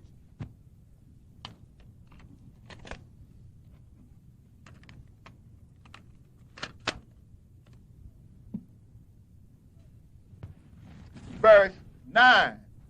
Associate yourselves, O you people, and you shall be broken in pieces.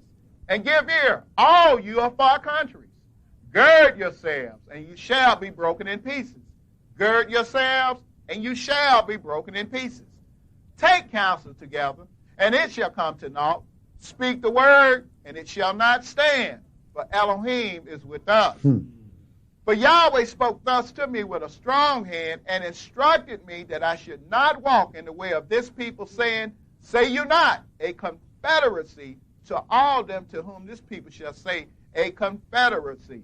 Neither fear you their fear, nor be afraid. Sanctify Yahweh of hosts himself, and let him be your fear, and let him be your dread.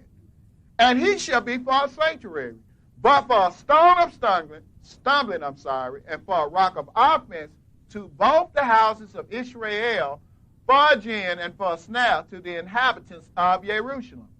And many among them shall stumble and fall and be broken and be snared and be taken.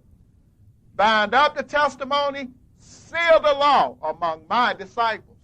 And I will wait upon Yahweh that hideth his face from the house of Jacob, and I will look for him. Behold, I and the children whom Yahweh have given me are for signs and for wonders in Israel from Yahweh of hosts, which dwelleth in Mount Zion. And when they shall say unto you, seek unto them that have familiar spirits, and unto wizards that peep and that mutter, should not a people seek unto their Elohim, for the living, to the dead, to the law, and to the testimony? If they speak not according to this word, it is because there is no light in them. And they shall pass through it, hardly bestead and hungry. And it shall come to pass that when they shall be hungry, they shall fret themselves and curse their king and their Elohim, and look upward. And they shall look unto the earth, and behold trouble and darkness, dimness of anguish, and they shall be driven to darkness. Nevertheless, the dimness shall not be such as was in her vexation, when at the first he lightly afflicted the land of Zebulun and the land of Naphtali, and afterwards did more grievously afflict her by the way of the sea beyond Jordan in Galilee of the nations. The people that walk in darkness have seen a great light. They that dwell in the land of the shadow of death, upon them have the light shine. Thou hast multiplied the nation, and not increased the joy. They joy before thee according to the joy in harvest, and as men rejoice when they divide the spoil. For thou hast broken the yoke of his burden, and the staff of his shoulder, the rod of his oppressor, as in the day of Midian. For every battle of the warrior is with confused noise and garments rolled in blood. But this shall be with burning and fuel of fire. For unto us a child is born, unto us a son is given, and the government shall be upon his shoulder, and his name shall be called Wonderful, Counselor, the Mighty Elohim, the Everlasting Father, the Prince of Peace. Of the increase of his government and peace there shall be no end, upon the throne of David and upon his kingdom, to order it and to establish it with judgment and with justice from henceforth even forever. The zeal of Yahweh of hosts will perform this. The Adonai sent a word into Jacob, and it have lighted upon Israel. Okay, chapter 11 and verse 1.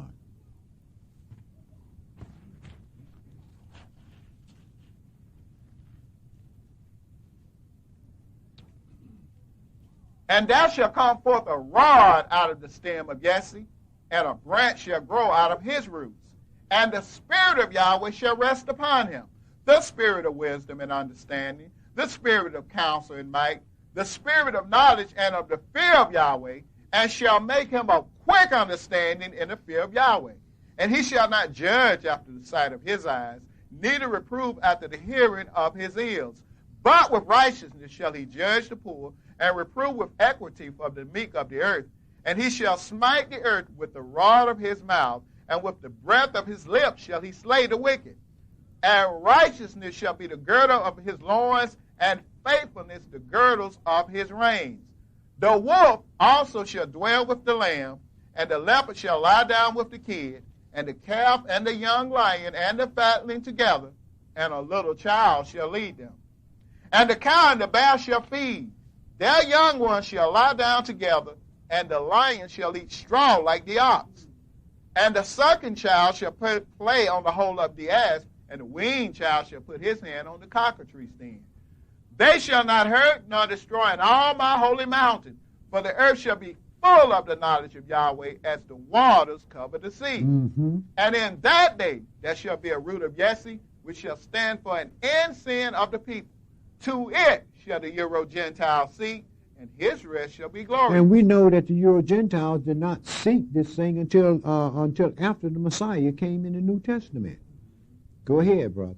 Verse 10. And in that day there shall be a root of Jesse, which shall stand for an ensign of the people. To it shall the Euro-Gentile seek, and his rest shall be glorious. Verse 11. And it shall come to pass in that day that the Adonai shall set his hand again the second time to recover the remnant of his people, which shall be left from Assyria and from Egypt and from Patros and from Cush and from Elam, and from Shinar, and from Hamath, and from the islands of the sea. And when you go in the book of Revelation, you can very well see that even in the book of Revelation, what happened is the nations are the ones that start seeking Israel, trying to find out the truth in the Word of God, because there's a lot of people not going to worship that beast. Go ahead, brother.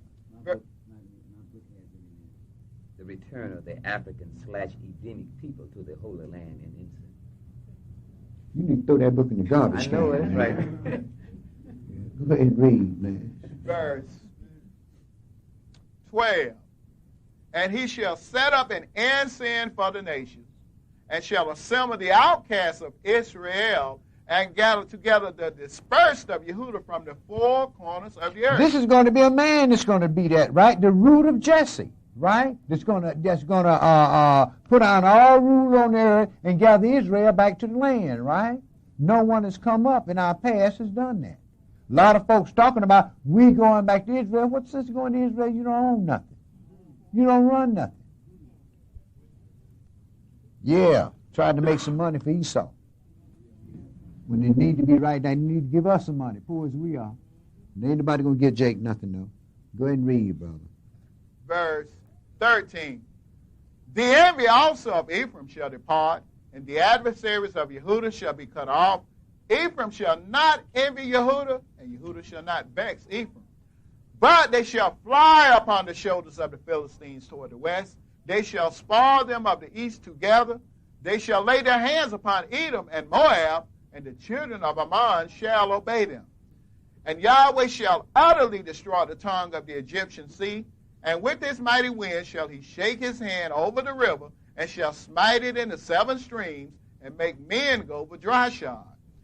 And there shall be a highway for the remnant of his people, which shall be left from Assyria, like as it was to Israel in the day that he came up out of the land of Egypt. Chapter 7, verse 10, my brother.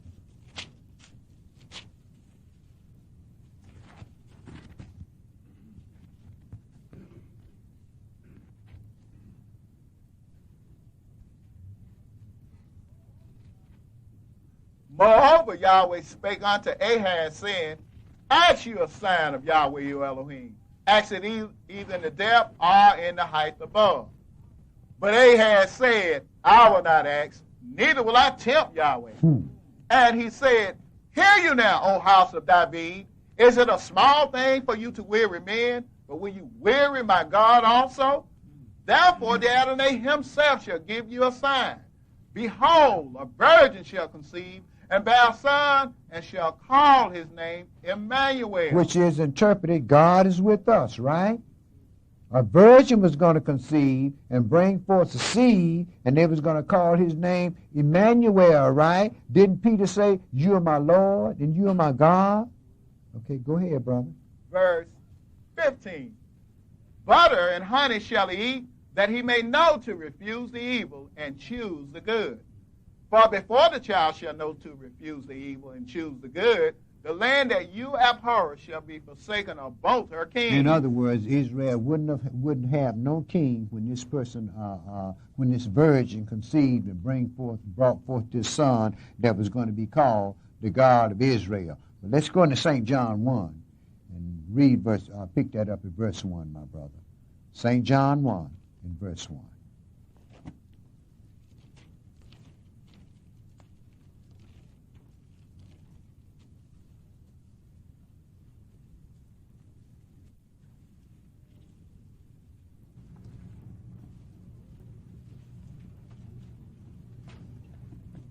Now, who that white boy there you got in your book?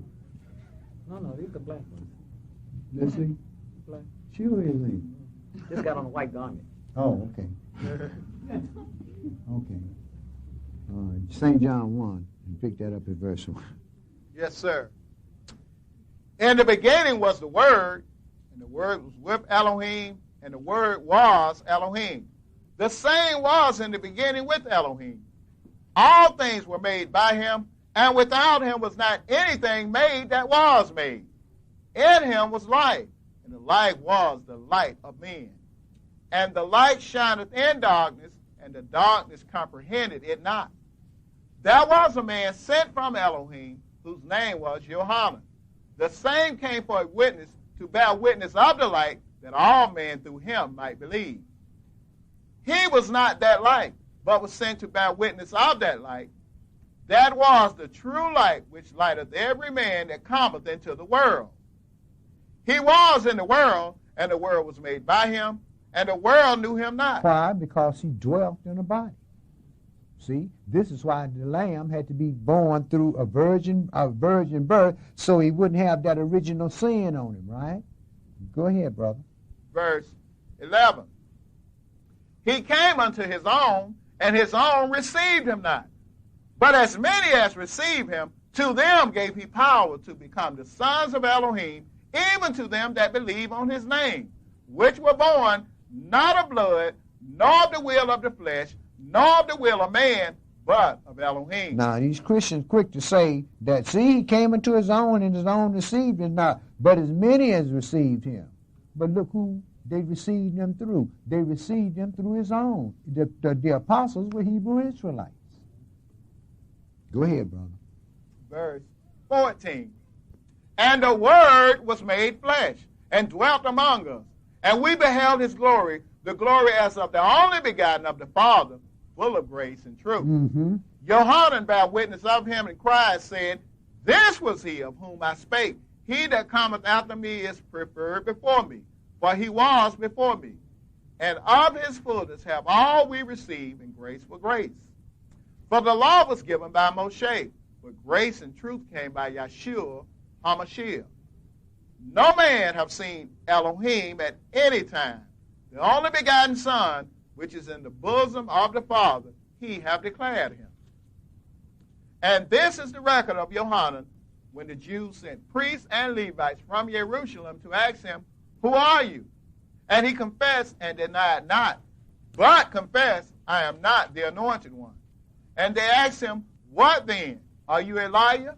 And he says, I am not. Are you that prophet? And he answered, No. Then said they unto him, Who are you, that we may give an answer to them that sent us? What saith you of yourself? He said, I am the voice of one crying in the wilderness, Make straight the way of the Adonai, as said the prophet Esau. And they which were sent were of the Pharisees.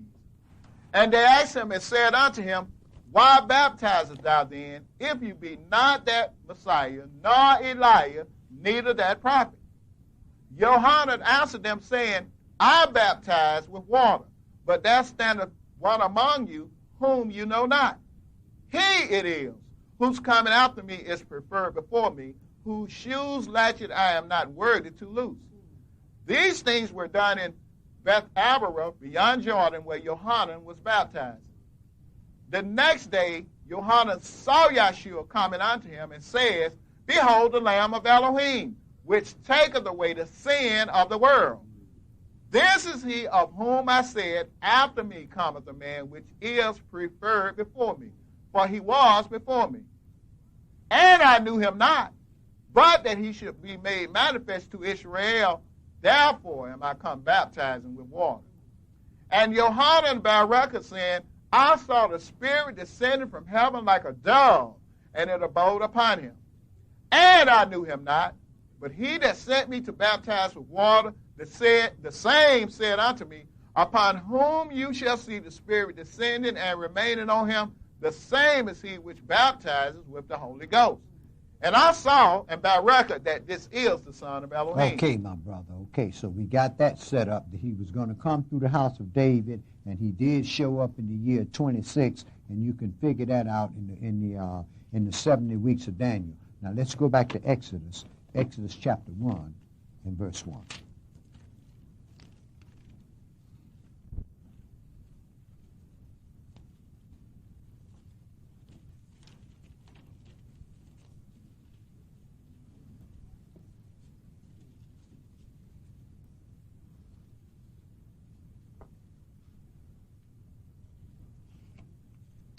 Verse 1. Now these are the names of the children of Israel which came into Egypt. Every man in his household came with Jacob. Reuben, Simeon, Levi, and Yehuda. Issachar, Zebulun, and Benjamin. Dan and Naphtali, Gad and Asher. And all the souls that came out of the loins of Jacob were 70 souls. For Joseph was in Egypt already. And Joseph died, and all his brethren, and all that generation. And the children of Israel were fruitful, and increased abundantly, and multiplied, and waxed exceeding mighty, and the land was filled with them. Now there rose up another king over Egypt, which knew not Joseph.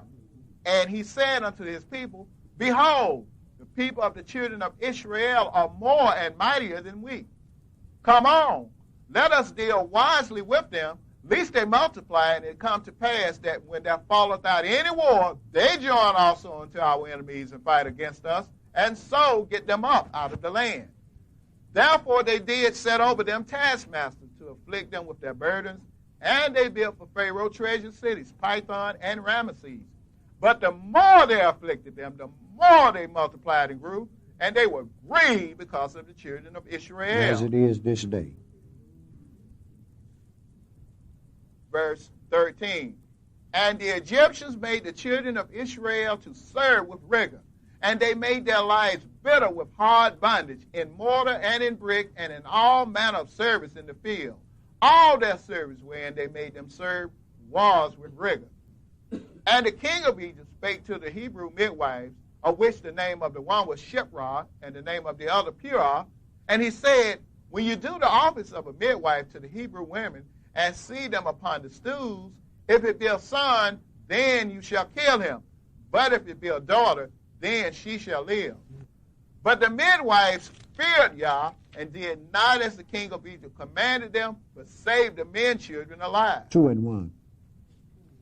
And there went a man of the house of Levi, and took to wife a daughter of Levi. And the woman conceived and bare a son, and when she saw him that he was a goodly child, she hid him 3 months. And when she could no longer hide him, she took for him an ark of bulrushes, and daubed it with slime and with pitch, and put the child therein, and she laid it in the flags by the river spring. And his sister stood afar to know what would be done to him. And the daughter of Pharaoh came down to wash herself at the river, and her maidens walked along by the river side. And when she saw the ark among the flags, she sent her maid to fetch it. And when she had opened it, she saw the child, and behold, the babe wept. And she had compassion on him, and said, This is one of the Hebrews' children. Then said his sister to Pharaoh's daughter, Shall I go and call to you a nurse of the Hebrew women, that she may nurse the child for you? And Pharaoh's daughter said to her, Go. And the maid went and called the child's mother. And Pharaoh's daughter said unto her, Take this child away and nurse it for me, and I will give you your wages. And the woman took the child and nursed it. And the child grew, and she brought him unto Pharaoh's daughter, and he became her son. And she called his name Moshe, and she said, Because I drew him out of the water. And it came to pass in those days. Verse 23, brother. And it came to pass in process of time that the king of Egypt died, and the children of Israel sighed by reason of the bondage, and they cried, and their cry came up unto Yah by reason of the bondage. And Elohim heard their groaning, and Elohim remembered his covenant with Abraham, with Esau, and with Jacob. And Elohim looked upon the children of Israel, and Elohim had respect unto them. Now Moshe kept the flock of Jethro, his father-in-law, the priest of Midian, and he led the flock to the backside of the desert, and came to the mountain of Elohim, even to Horeb. And the angel of Yahweh appeared unto him in a flame of fire out of the midst of a bush. And he looked, and behold, the bush burned with fire, and the bush was not consumed. And Moshe said, I will now turn aside and see this great sight, why the bush is not burnt. And when Yahweh saw that he turned aside to see, Elohim called unto him out of the midst of the bush and said, Moshe, Moshe. And he said, Here am I. And he said, Draw not near hither. Put off your shoes from off your feet, for the place whereon you stand is holy ground. Moreover, he said, I am the El of your father, the El of Abraham, the El of Esau, and the El of Jacob. And Moshe hid his face, for he was afraid to look upon Elohim. And Yahweh said, I have surely seen the affliction of my people which are in Egypt, and have heard their cry by reason of their taskmasters. For I know their sorrows, and I am come down to deliver them out of the hand of the Egyptians, and to bring them up out of that land unto a good land and a large, unto a land flowing with milk and honey, unto the place of the Canaanites and the Hittites and the Amorites and the Perizzites and the Hivites and the Jebusites. Now therefore, behold, the cry of the children of Israel is come unto me. And I have also seen the oppression wherewith the Egyptians oppressed them. Come now, therefore, and I will send you unto Pharaoh, that you may bring forth my people, the children of Israel, out of Egypt. And Moshe said unto Elohim, Who am I, that I should go unto Pharaoh, and that I should bring forth the children of Israel out of Egypt? And he said, Certainly I will be with you, and this shall be a token unto you that I have sent you. When you have brought forth the people out of Egypt, you shall serve Yah upon this mountain. And Moshe said unto Elohim, Behold, when I come unto the children of Israel, and shall say unto them, The Elohim of your fathers have sent me unto you, and they shall say to me, What is his name? What shall I say unto them? And Elohim said unto Moshe, I am that I am.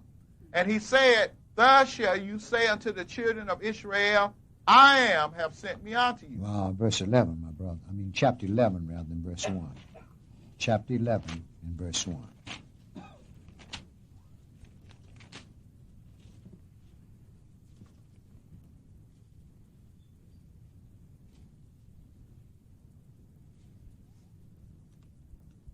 And Yahweh said unto Moshe, Yet will I bring one plague more upon Pharaoh and upon Egypt. Afterwards he will let you go hence. When he shall let you go, he shall surely thrust you out hence altogether. Speak now in the ears of the people, and let every man borrow of his neighbor and every woman of her neighbor jewels of silver and jewels of gold. And Yahweh gave the people favor in the sight of the Egyptians. Moreover, the man Moshe was very great in the land of Egypt, in the sight of Pharaoh's servants, and in the sight of the people. And Moshe said, Thus says Yahweh, About midnight will I go out into the midst of Egypt, and all the firstborn in the land of Egypt shall die, from the firstborn of Pharaoh that sitteth upon his throne, even unto the firstborn of the maidservant that is behind the mill, and all the firstborn of beasts. And there shall be a great cry throughout all the land of Egypt, such as there was none like it, nor shall be like it any more.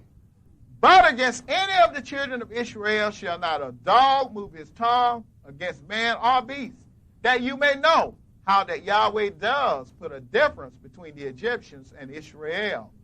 And all these your servants shall come down unto me, and bow down themselves unto me, saying, Get out, get you out, and all the people that follow you. And after that I will go out. And he went out from Pharaoh in a great anger. And Yahweh said unto Moshe, Pharaoh shall not hearken unto you, that my wonders may be multiplied in the land of Egypt. And Moshe and Aaron did all these wonders before Pharaoh. And Yahweh hardened Pharaoh's heart, so that he would not let the children of Israel go out of his land. And go to chapter 19 and pick that up at verse 1, my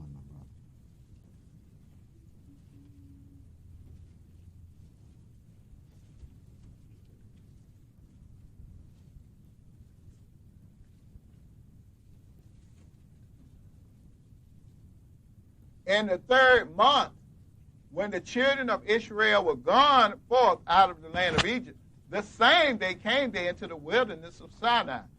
For they were departed from Rephidim, and were come to the desert of Sinai, and had pitched in the wilderness, and there Israel camped before the mount. And Moshe went up unto Elohim, and Yahweh called unto him out of the mountain, saying, Thus shall you say to the house of Jacob, and tell the children of Israel, You have seen what I did unto the Egyptians, and how I bare you on eagle's wings, and brought you unto myself. Now therefore, if you will obey my voice indeed, and keep my covenant, then you shall be a peculiar treasure unto me above all people.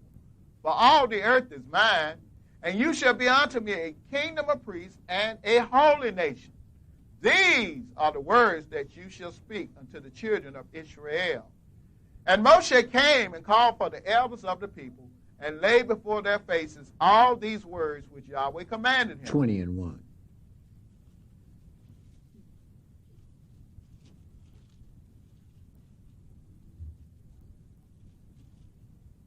And Elohim spake all these words, saying, I am Yahweh, thy Elohim, which have brought thee out of the land of Egypt, out of the house of bondage. Thou shalt have no other Elohim before me. Thou shalt not make unto thee any graven image, nor any likeness of anything that is in heaven above, or that is in the earth beneath, or that is in the water under the earth. Thou shalt not bow down yourself to them, nor serve them.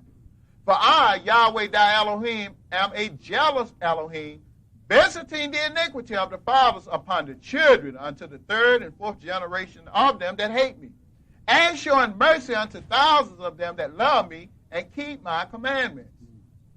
Thou shalt not take the name of Yahweh thy Elohim in vain, for Yahweh will not hold him guiltless that taketh his name in vain. Remember the Sabbath day to keep it holy. 6 days shalt thou labor and do all thy work, but the seventh day is the Sabbath of Yahweh thy Elohim. In it thou shalt not do any work, thou, nor thy son, nor thy daughter, thy manservant, nor thy maidservant, nor thy cattle, nor thy stranger that is within thy gates. For in 6 days Elohim made heaven and earth, the sea, and all that in them is, and rested the seventh day. Wherefore Yahweh blessed the Sabbath day and hallowed it. Honor your father and your mother, that your days may be long upon the land which Yahweh thy Elohim giveth thee. Thou shalt not kill, thou shalt not commit adultery, thou shalt not steal, thou shalt not bear false witness against thy neighbor. Thou shalt not covet thy neighbor's house, thou shalt not covet thy neighbor's wife, nor his manservant, nor his maidservant, nor his ox, nor his ass, nor anything that is thy neighbor's. And all the people saw the thunderings and the lightnings and the noise of the trumpet and the mountain smoking. And when the people saw it, they removed and stood afar. And they said unto Moshe, Speak thou with us, and we will hear. But let not Elohim speak with us, lest we die. And Moshe said unto the people, Fear not, for Elohim is come to prove you that his fear, and that his fear may be before your faces, that you sin not. And the people stood afar, and Moshe drew near unto the thick darkness where Elohim was. And Yahweh said unto Moshe, Thus thou shalt say unto the children of Israel, You have seen that I have talked with you from heaven. You shall not make with me Elohims of silver, neither shall you make unto you Elohims of gold. An altar of the earth thou shalt make unto me, and shalt sacrifice thereon your burnt offerings and your peace offerings, your sheep and your oxen. In all places where I record my name, I will come unto you, and I will bless you. Okay, my brother, I'm going to go to 23 and 14. Like you said, in all places where I choose to record my name, that's where I'm going to come and bless you at. Not where you want to do it at, but where I choose to do it at. 23:14. 3 times thou shalt keep a feast unto me in the year. Thou shalt keep the feast of unleavened bread. Thou shalt eat unleavened bread 7 days, as I commanded thee, in the time appointed of the month Abib. For in it thou camest out from Egypt, and none shall appear before me empty. And the feast of harvest, the first fruits of thy labors which thou hast sown in the field, and the feast of ingathering, which is in the end of the year, when thou hast gathered in thy labors out of the field. 3 times in the year all thy males shall appear before the Adonai Elohim. Thou shalt not offer the blood of my sacrifice with leavened bread, neither shall the fat of my sacrifice remain unto the morning. The first of the firstfruits of thy land thou shalt bring into the house of Yahweh thy Elohim. Thou shalt not seize a kid in his mother's milk. Behold, I send an angel before you to keep you in the way and to bring you into the place which I have prepared. Beware of him and obey his voice. Provoke him not, for he will not pardon your transgressions, for my name is in him. Leviticus 23. in verse 1.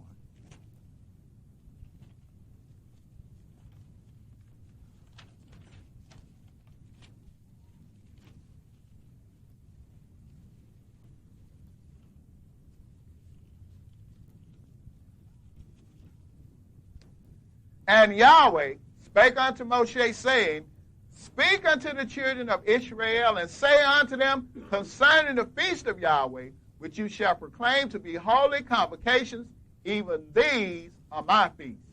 6 days shall work be done, but the seventh day is the Sabbath of rest, a holy convocation.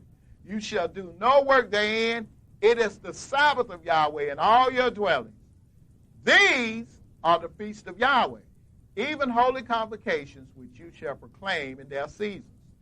And the 14th day of the first month at even is Yahweh's Passover.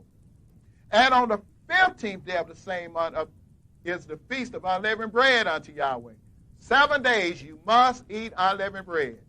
On the first day you shall have a holy convocation. You shall do no servile work therein. But you shall offer an offering made by fire unto Yahweh 7 days. And the seventh day is a holy convocation. You shall do no servile work therein. And Yahweh spake unto Moshe, saying, Speak unto the children of Israel, and say unto them, When you be come into the land which I give unto you, and shall reap the harvest thereof, then you shall bring a sheaf of the first fruits of your harvest unto the priest, and he shall wave the sheaf before Yahweh to be accepted for you. On the morrow after the Sabbath the priest shall wave it. And you shall offer that day when you wave the sheep and he lamb without blemish of the first year for a burnt offering unto Yahweh. And the meat offering thereof shall be 2/10 deals of fine flour mingled with oil, an offering made by fire unto Yahweh for a sweet savor. And the drink offering thereof shall be of wine, the 4th part of an hin. And you shall eat neither bread, nor parched corn, nor green ears, until the same day that you have brought an offering unto your Elohim. It shall be a statute forever throughout your generations and all your dwellings. So we've kept those 3 feasts, right? And this is the one we keep. We're keeping the next is starting at verse 15. This is the one that we'll keep. I think it's on the 7th of next month, isn't it? Yeah, right. Okay. Yeah. Okay. Go ahead, brother. Verse 15. And you shall count unto you from the morrow after the Sabbath, from the day that you brought the sheaf of the wave offering, 7 Sabbaths shall be complete. Even unto the morrow after the 7th Sabbath shall you number 50 days, and you shall offer a new meat offering unto Yahweh. You shall bring out of your habitations 2 wave loaves of 2/10 deals. They shall be of fine flour. They shall be baked with leaven. They are the first fruits unto Yahweh. Even though the other the Passover and Feast of Unleavened Bread, first fruits and unleavened bread was with unleavened bread, we see that the new meat offering, this one was with leavening simply because there's leavening in the church. Go ahead, brother. Verse 18. And you shall offer with the bread 7 lambs without blemish of the first year, and 1 young bullock and 2 rams. They shall be for a burnt offering unto Yahweh with their meat offerings and their drink offerings, even an offering made by fire of sweet savor unto Yahweh. Then you shall sacrifice 1 kid of the goats for a sin offering, and 2 lambs of the first year for a sacrifice of peace offerings. And the priest shall wave them with the bread of the first fruits for a wave offering before Yahweh with the 2 lambs. They shall be holy to Yahweh for the priest. And when you count the sacrifices, you'll find that the 2 wave loaves represent the 12 tribes of Israel. You had it was in 2 rows, and the 13 sacrifices. If you go into the New Testament, you find out that we had 13 apostles. But these were what? These were a wave offering before Yahweh. In other words, you waved those, but the priests kept them, right? And truly, the 13 apostles were holy for the high priest, Yeshua. Well, go ahead and read, brother. Verse 21. And you shall proclaim on the self-same day that it may be a holy convocation unto you. You shall do no servile work therein.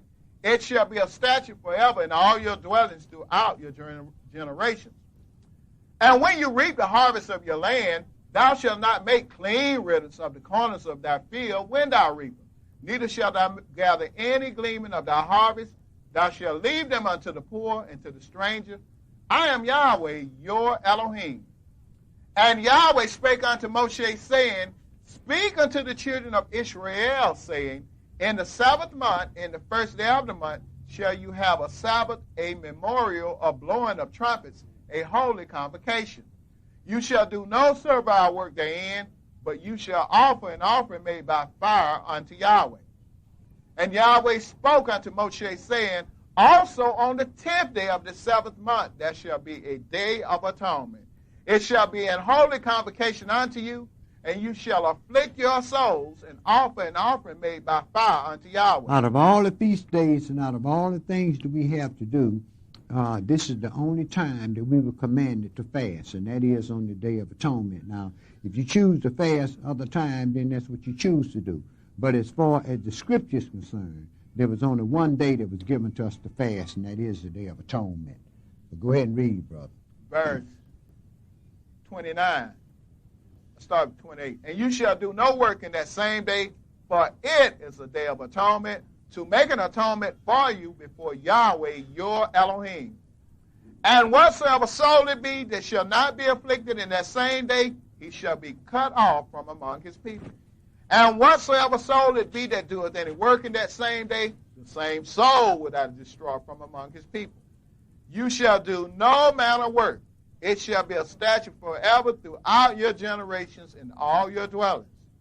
It shall be unto you a Sabbath of rest, and you shall afflict your souls. In the 9th day of the month at even, from even unto even, shall you celebrate your Sabbath. And this is where you go and pick up how you keep your holy days. It told us on the 10th day of the month, right? But it told us on the 9th day of the month at even. It's the same thing with Passover. When you come, it says on the 14th day of the month at even. Well, that's the 13th when the sun goes down. It begins the 14th. Okay, go ahead and read, brother. Leviticus chapter 23, verse 33. And Yahweh spake unto Moshe, saying, Speak unto the children of Israel, saying, The 15th day of the 7th month shall be the feast of tabernacles for 7 days unto Yahweh. On the first day shall be a holy convocation. You shall do no servile work therein. 7 days you shall offer an offering made by fire unto Yahweh. On the 8th day shall be a holy convocation unto you, and you shall offer an offering made by fire unto Yahweh. It is a solemn assembly, and you shall do no servile work therein. These are the feast of Yahweh, which you shall proclaim to be holy convocations, to offer an offering made by fire unto Yahweh, a burnt offering and a meat offering, a sacrifice and drink offerings, everything upon his day, beside the Sabbaths of Yahweh, and beside your gifts, and beside all your vows, and beside all your freewill offerings, which you give unto Yahweh. Also, in the 15th day of the 7th month, when you have gathered in the fruit of the land, you shall keep a feast unto Yahweh 7 days. On the first day shall be a Sabbath, and on the 8th day shall be a Sabbath. And you shall take on you the first day the boughs of goodly trees, branches of palm trees, and the boughs of thick trees, and willows of the brook. And you shall rejoice before Yahweh your Elohim 7 days. And you shall keep it a feast unto Yahweh 7 days in the year. It shall be a statute forever in your generations. You shall celebrate it in the 7th month. You shall dwell in booths 7 days. All that are Yisraelite born shall dwell in booths, that your generation may know that I made the children of Israel to dwell in booths when I brought them out of the land of Ham. I am Yahweh, your Elohim. And Moshe declared unto the children of Israel the feast of Yahweh. Mm-hmm. And Yahweh spake unto Moshe, saying, Command the children of Israel that they bring unto you pure olive oil beaten for the light, to cause the lamps to burn continually. Oil is the symbol of the Spirit, right? Go ahead, brother. Verse 3. Outside the veil of the testimony, in the tabernacle of the congregation, shall Aaron order it from the evening until the morning before Yahweh continually. It shall be a statute forever in your generation. And even today, the Spirit is not visited in the Holy of Holies, but it's visited in the congregation, the tabernacle of the congregation, right? Go ahead, brother. Verse 4. He shall order the lamps upon the pure candlestick before Yahweh continually. And thou shalt take fine flour and bake 12 cakes thereof. 2/10 deals shall be in one cake.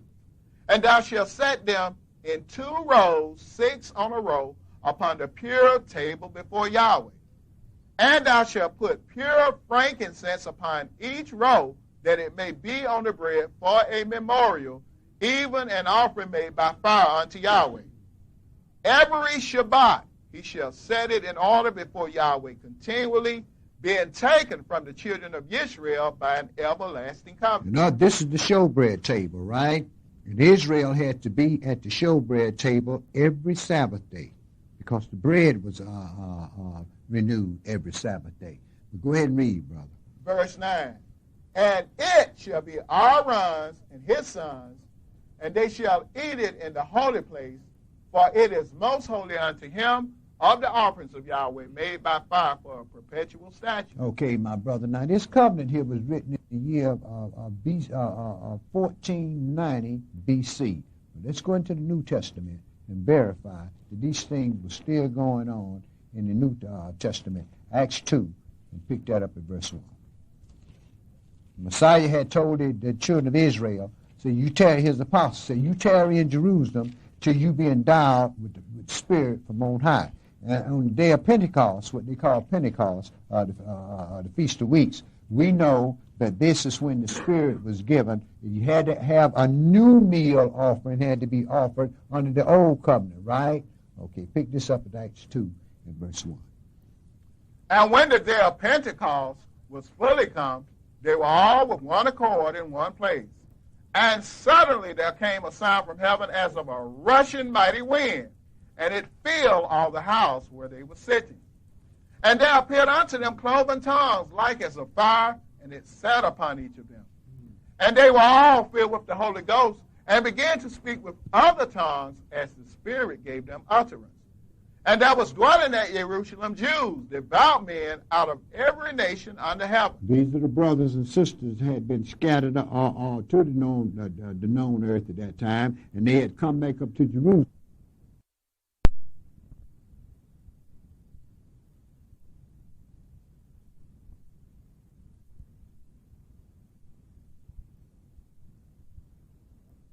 Because that every man heard them speak in his own language. Right, not that junk folks speak in church, but they were speaking in the language of the known language of the people on the earth.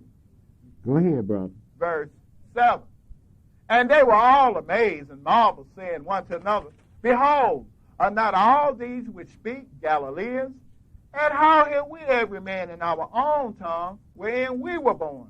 Parthians and Russians and Elamites and the dwellers in Mesopotamia and in Judea and Cappadocia and Pontus and Asia, Phrygia and Pamphylia, in Egypt and in the parts of Libya about Cyrene, strangers of Rome, Jews and proselytes, Greeks and Arabians, we do hear them speak in our tongues the wonderful works of Elohim. And they were all amazed and were in doubt, saying one to another, What does this mean? Others mocking, saying, These men are full of new wine. But Cephas, standing up with the 11, lifted up his voice and said unto them, You men of Judea, and all you that dwell at Jerusalem, be this known unto you, and hearken to my words. For these are not drunken as you suppose, seeing it is but the 3rd hour of the day. But this is that which was spoken by the prophet Joel, and it shall come to pass in the last days, says Elohim, I will pour out of my spirit upon all flesh, and your sons and your daughters shall prophesy, and your young men shall see visions, and your old men shall dream dreams. And on my servants and on my handmaidens I will pour out in those days of my spirit, and they shall prophesy. And I will show wonders in heaven above, and signs in the earth beneath, blood and fire and vapor of smoke. The sun shall be turned into darkness, and the moon into blood, before that great and notable day of the Adonai come. And it shall come to pass, that whosoever shall call on the name of the Adonai shall be saved. Chapter 12, okay, we had Pentecost, the Feast of Weeks here, right? Now let's go to chapter 12 and pick that up at verse 1.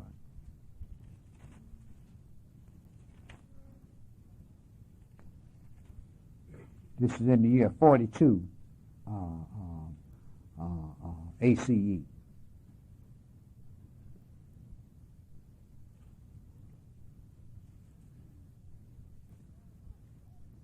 Now about that time, Herod the king stretched forth his hands to vex certain of the church. And he killed James, the brother of Johanan, with the sword. And because he saw it pleased the Jews, he proceeded further to take Cephas also. Then were the days of unleavened bread. 13 and verse 12, 42, my brother. This is in the year 45 ACE. Acts chapter 13, verse 42. And when the Jews were gone out of the synagogue, the Euro-Gentiles besought that these words might be preached to them the next Shabbat. Now when the congregation was broken up, many of the Jews and religious proselytes followed Saul and Barnabas, who, speaking to them, persuaded them to continue in the grace of Elohim. And the next Shabbat came almost the whole city together to hear the word of Elohim. Why on the Sabbath? Because the Shabbat was still being kept. So we had the Feast of Weeks, and here we had the Sabbath. Now let's go into unleavened bread and the Sabbath. Now let's go into chapter 18 and pick that up at verse 18, my brother. Yeah. It wasn't no town meeting because it said the whole city, all those Greeks came on the Sabbath. Right. They came to the word of God. They came to the synagogue.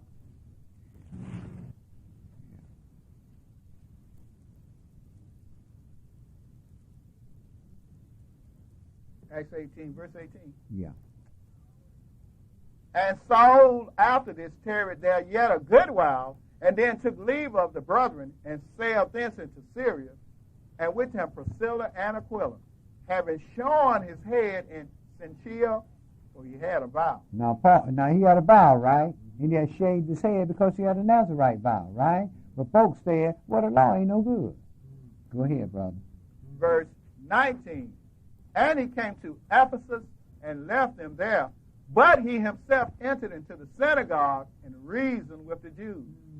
When they desired him to tarry longer time with them, he consented not, but bade them farewell, saying, I must by all means keep this feast that cometh in Jerusalem. But I will turn again unto you, if Yah will. And he sailed from Ephesus. So we don't know which feast this was, but we know that Paul was trying to get back to Jerusalem to keep this feast, right? Now go to chapter 20 and pick that up at verse 6, my brother.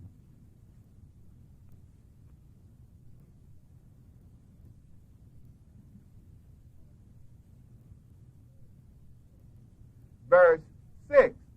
And we sailed away from Philippi after the days of unleavened bread, and came unto them.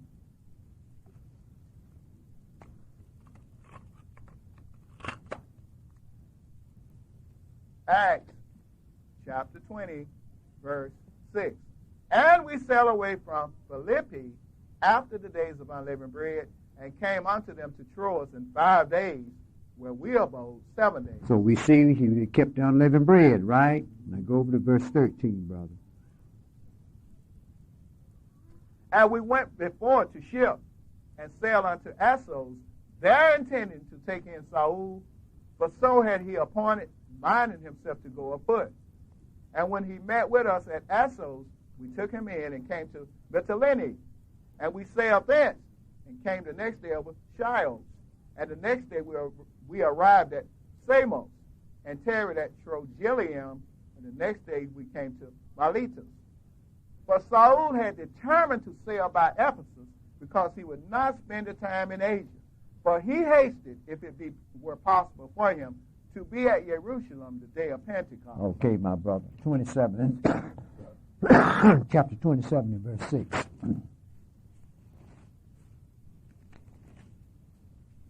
Chapter 27 and verse 6. This is in the year of 62 ACE.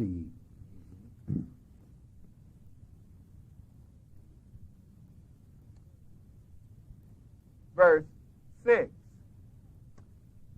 And there the centurion found a ship of Alexandria sailing into Italy, and he put us therein.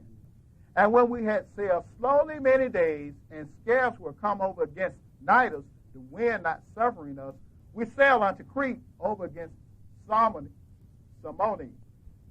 and hardly passing it, came unto a place which is called the Fair Havens, nigh whereunto was the city of Lycia. Now when much time was spent, and when sailing was now dangerous,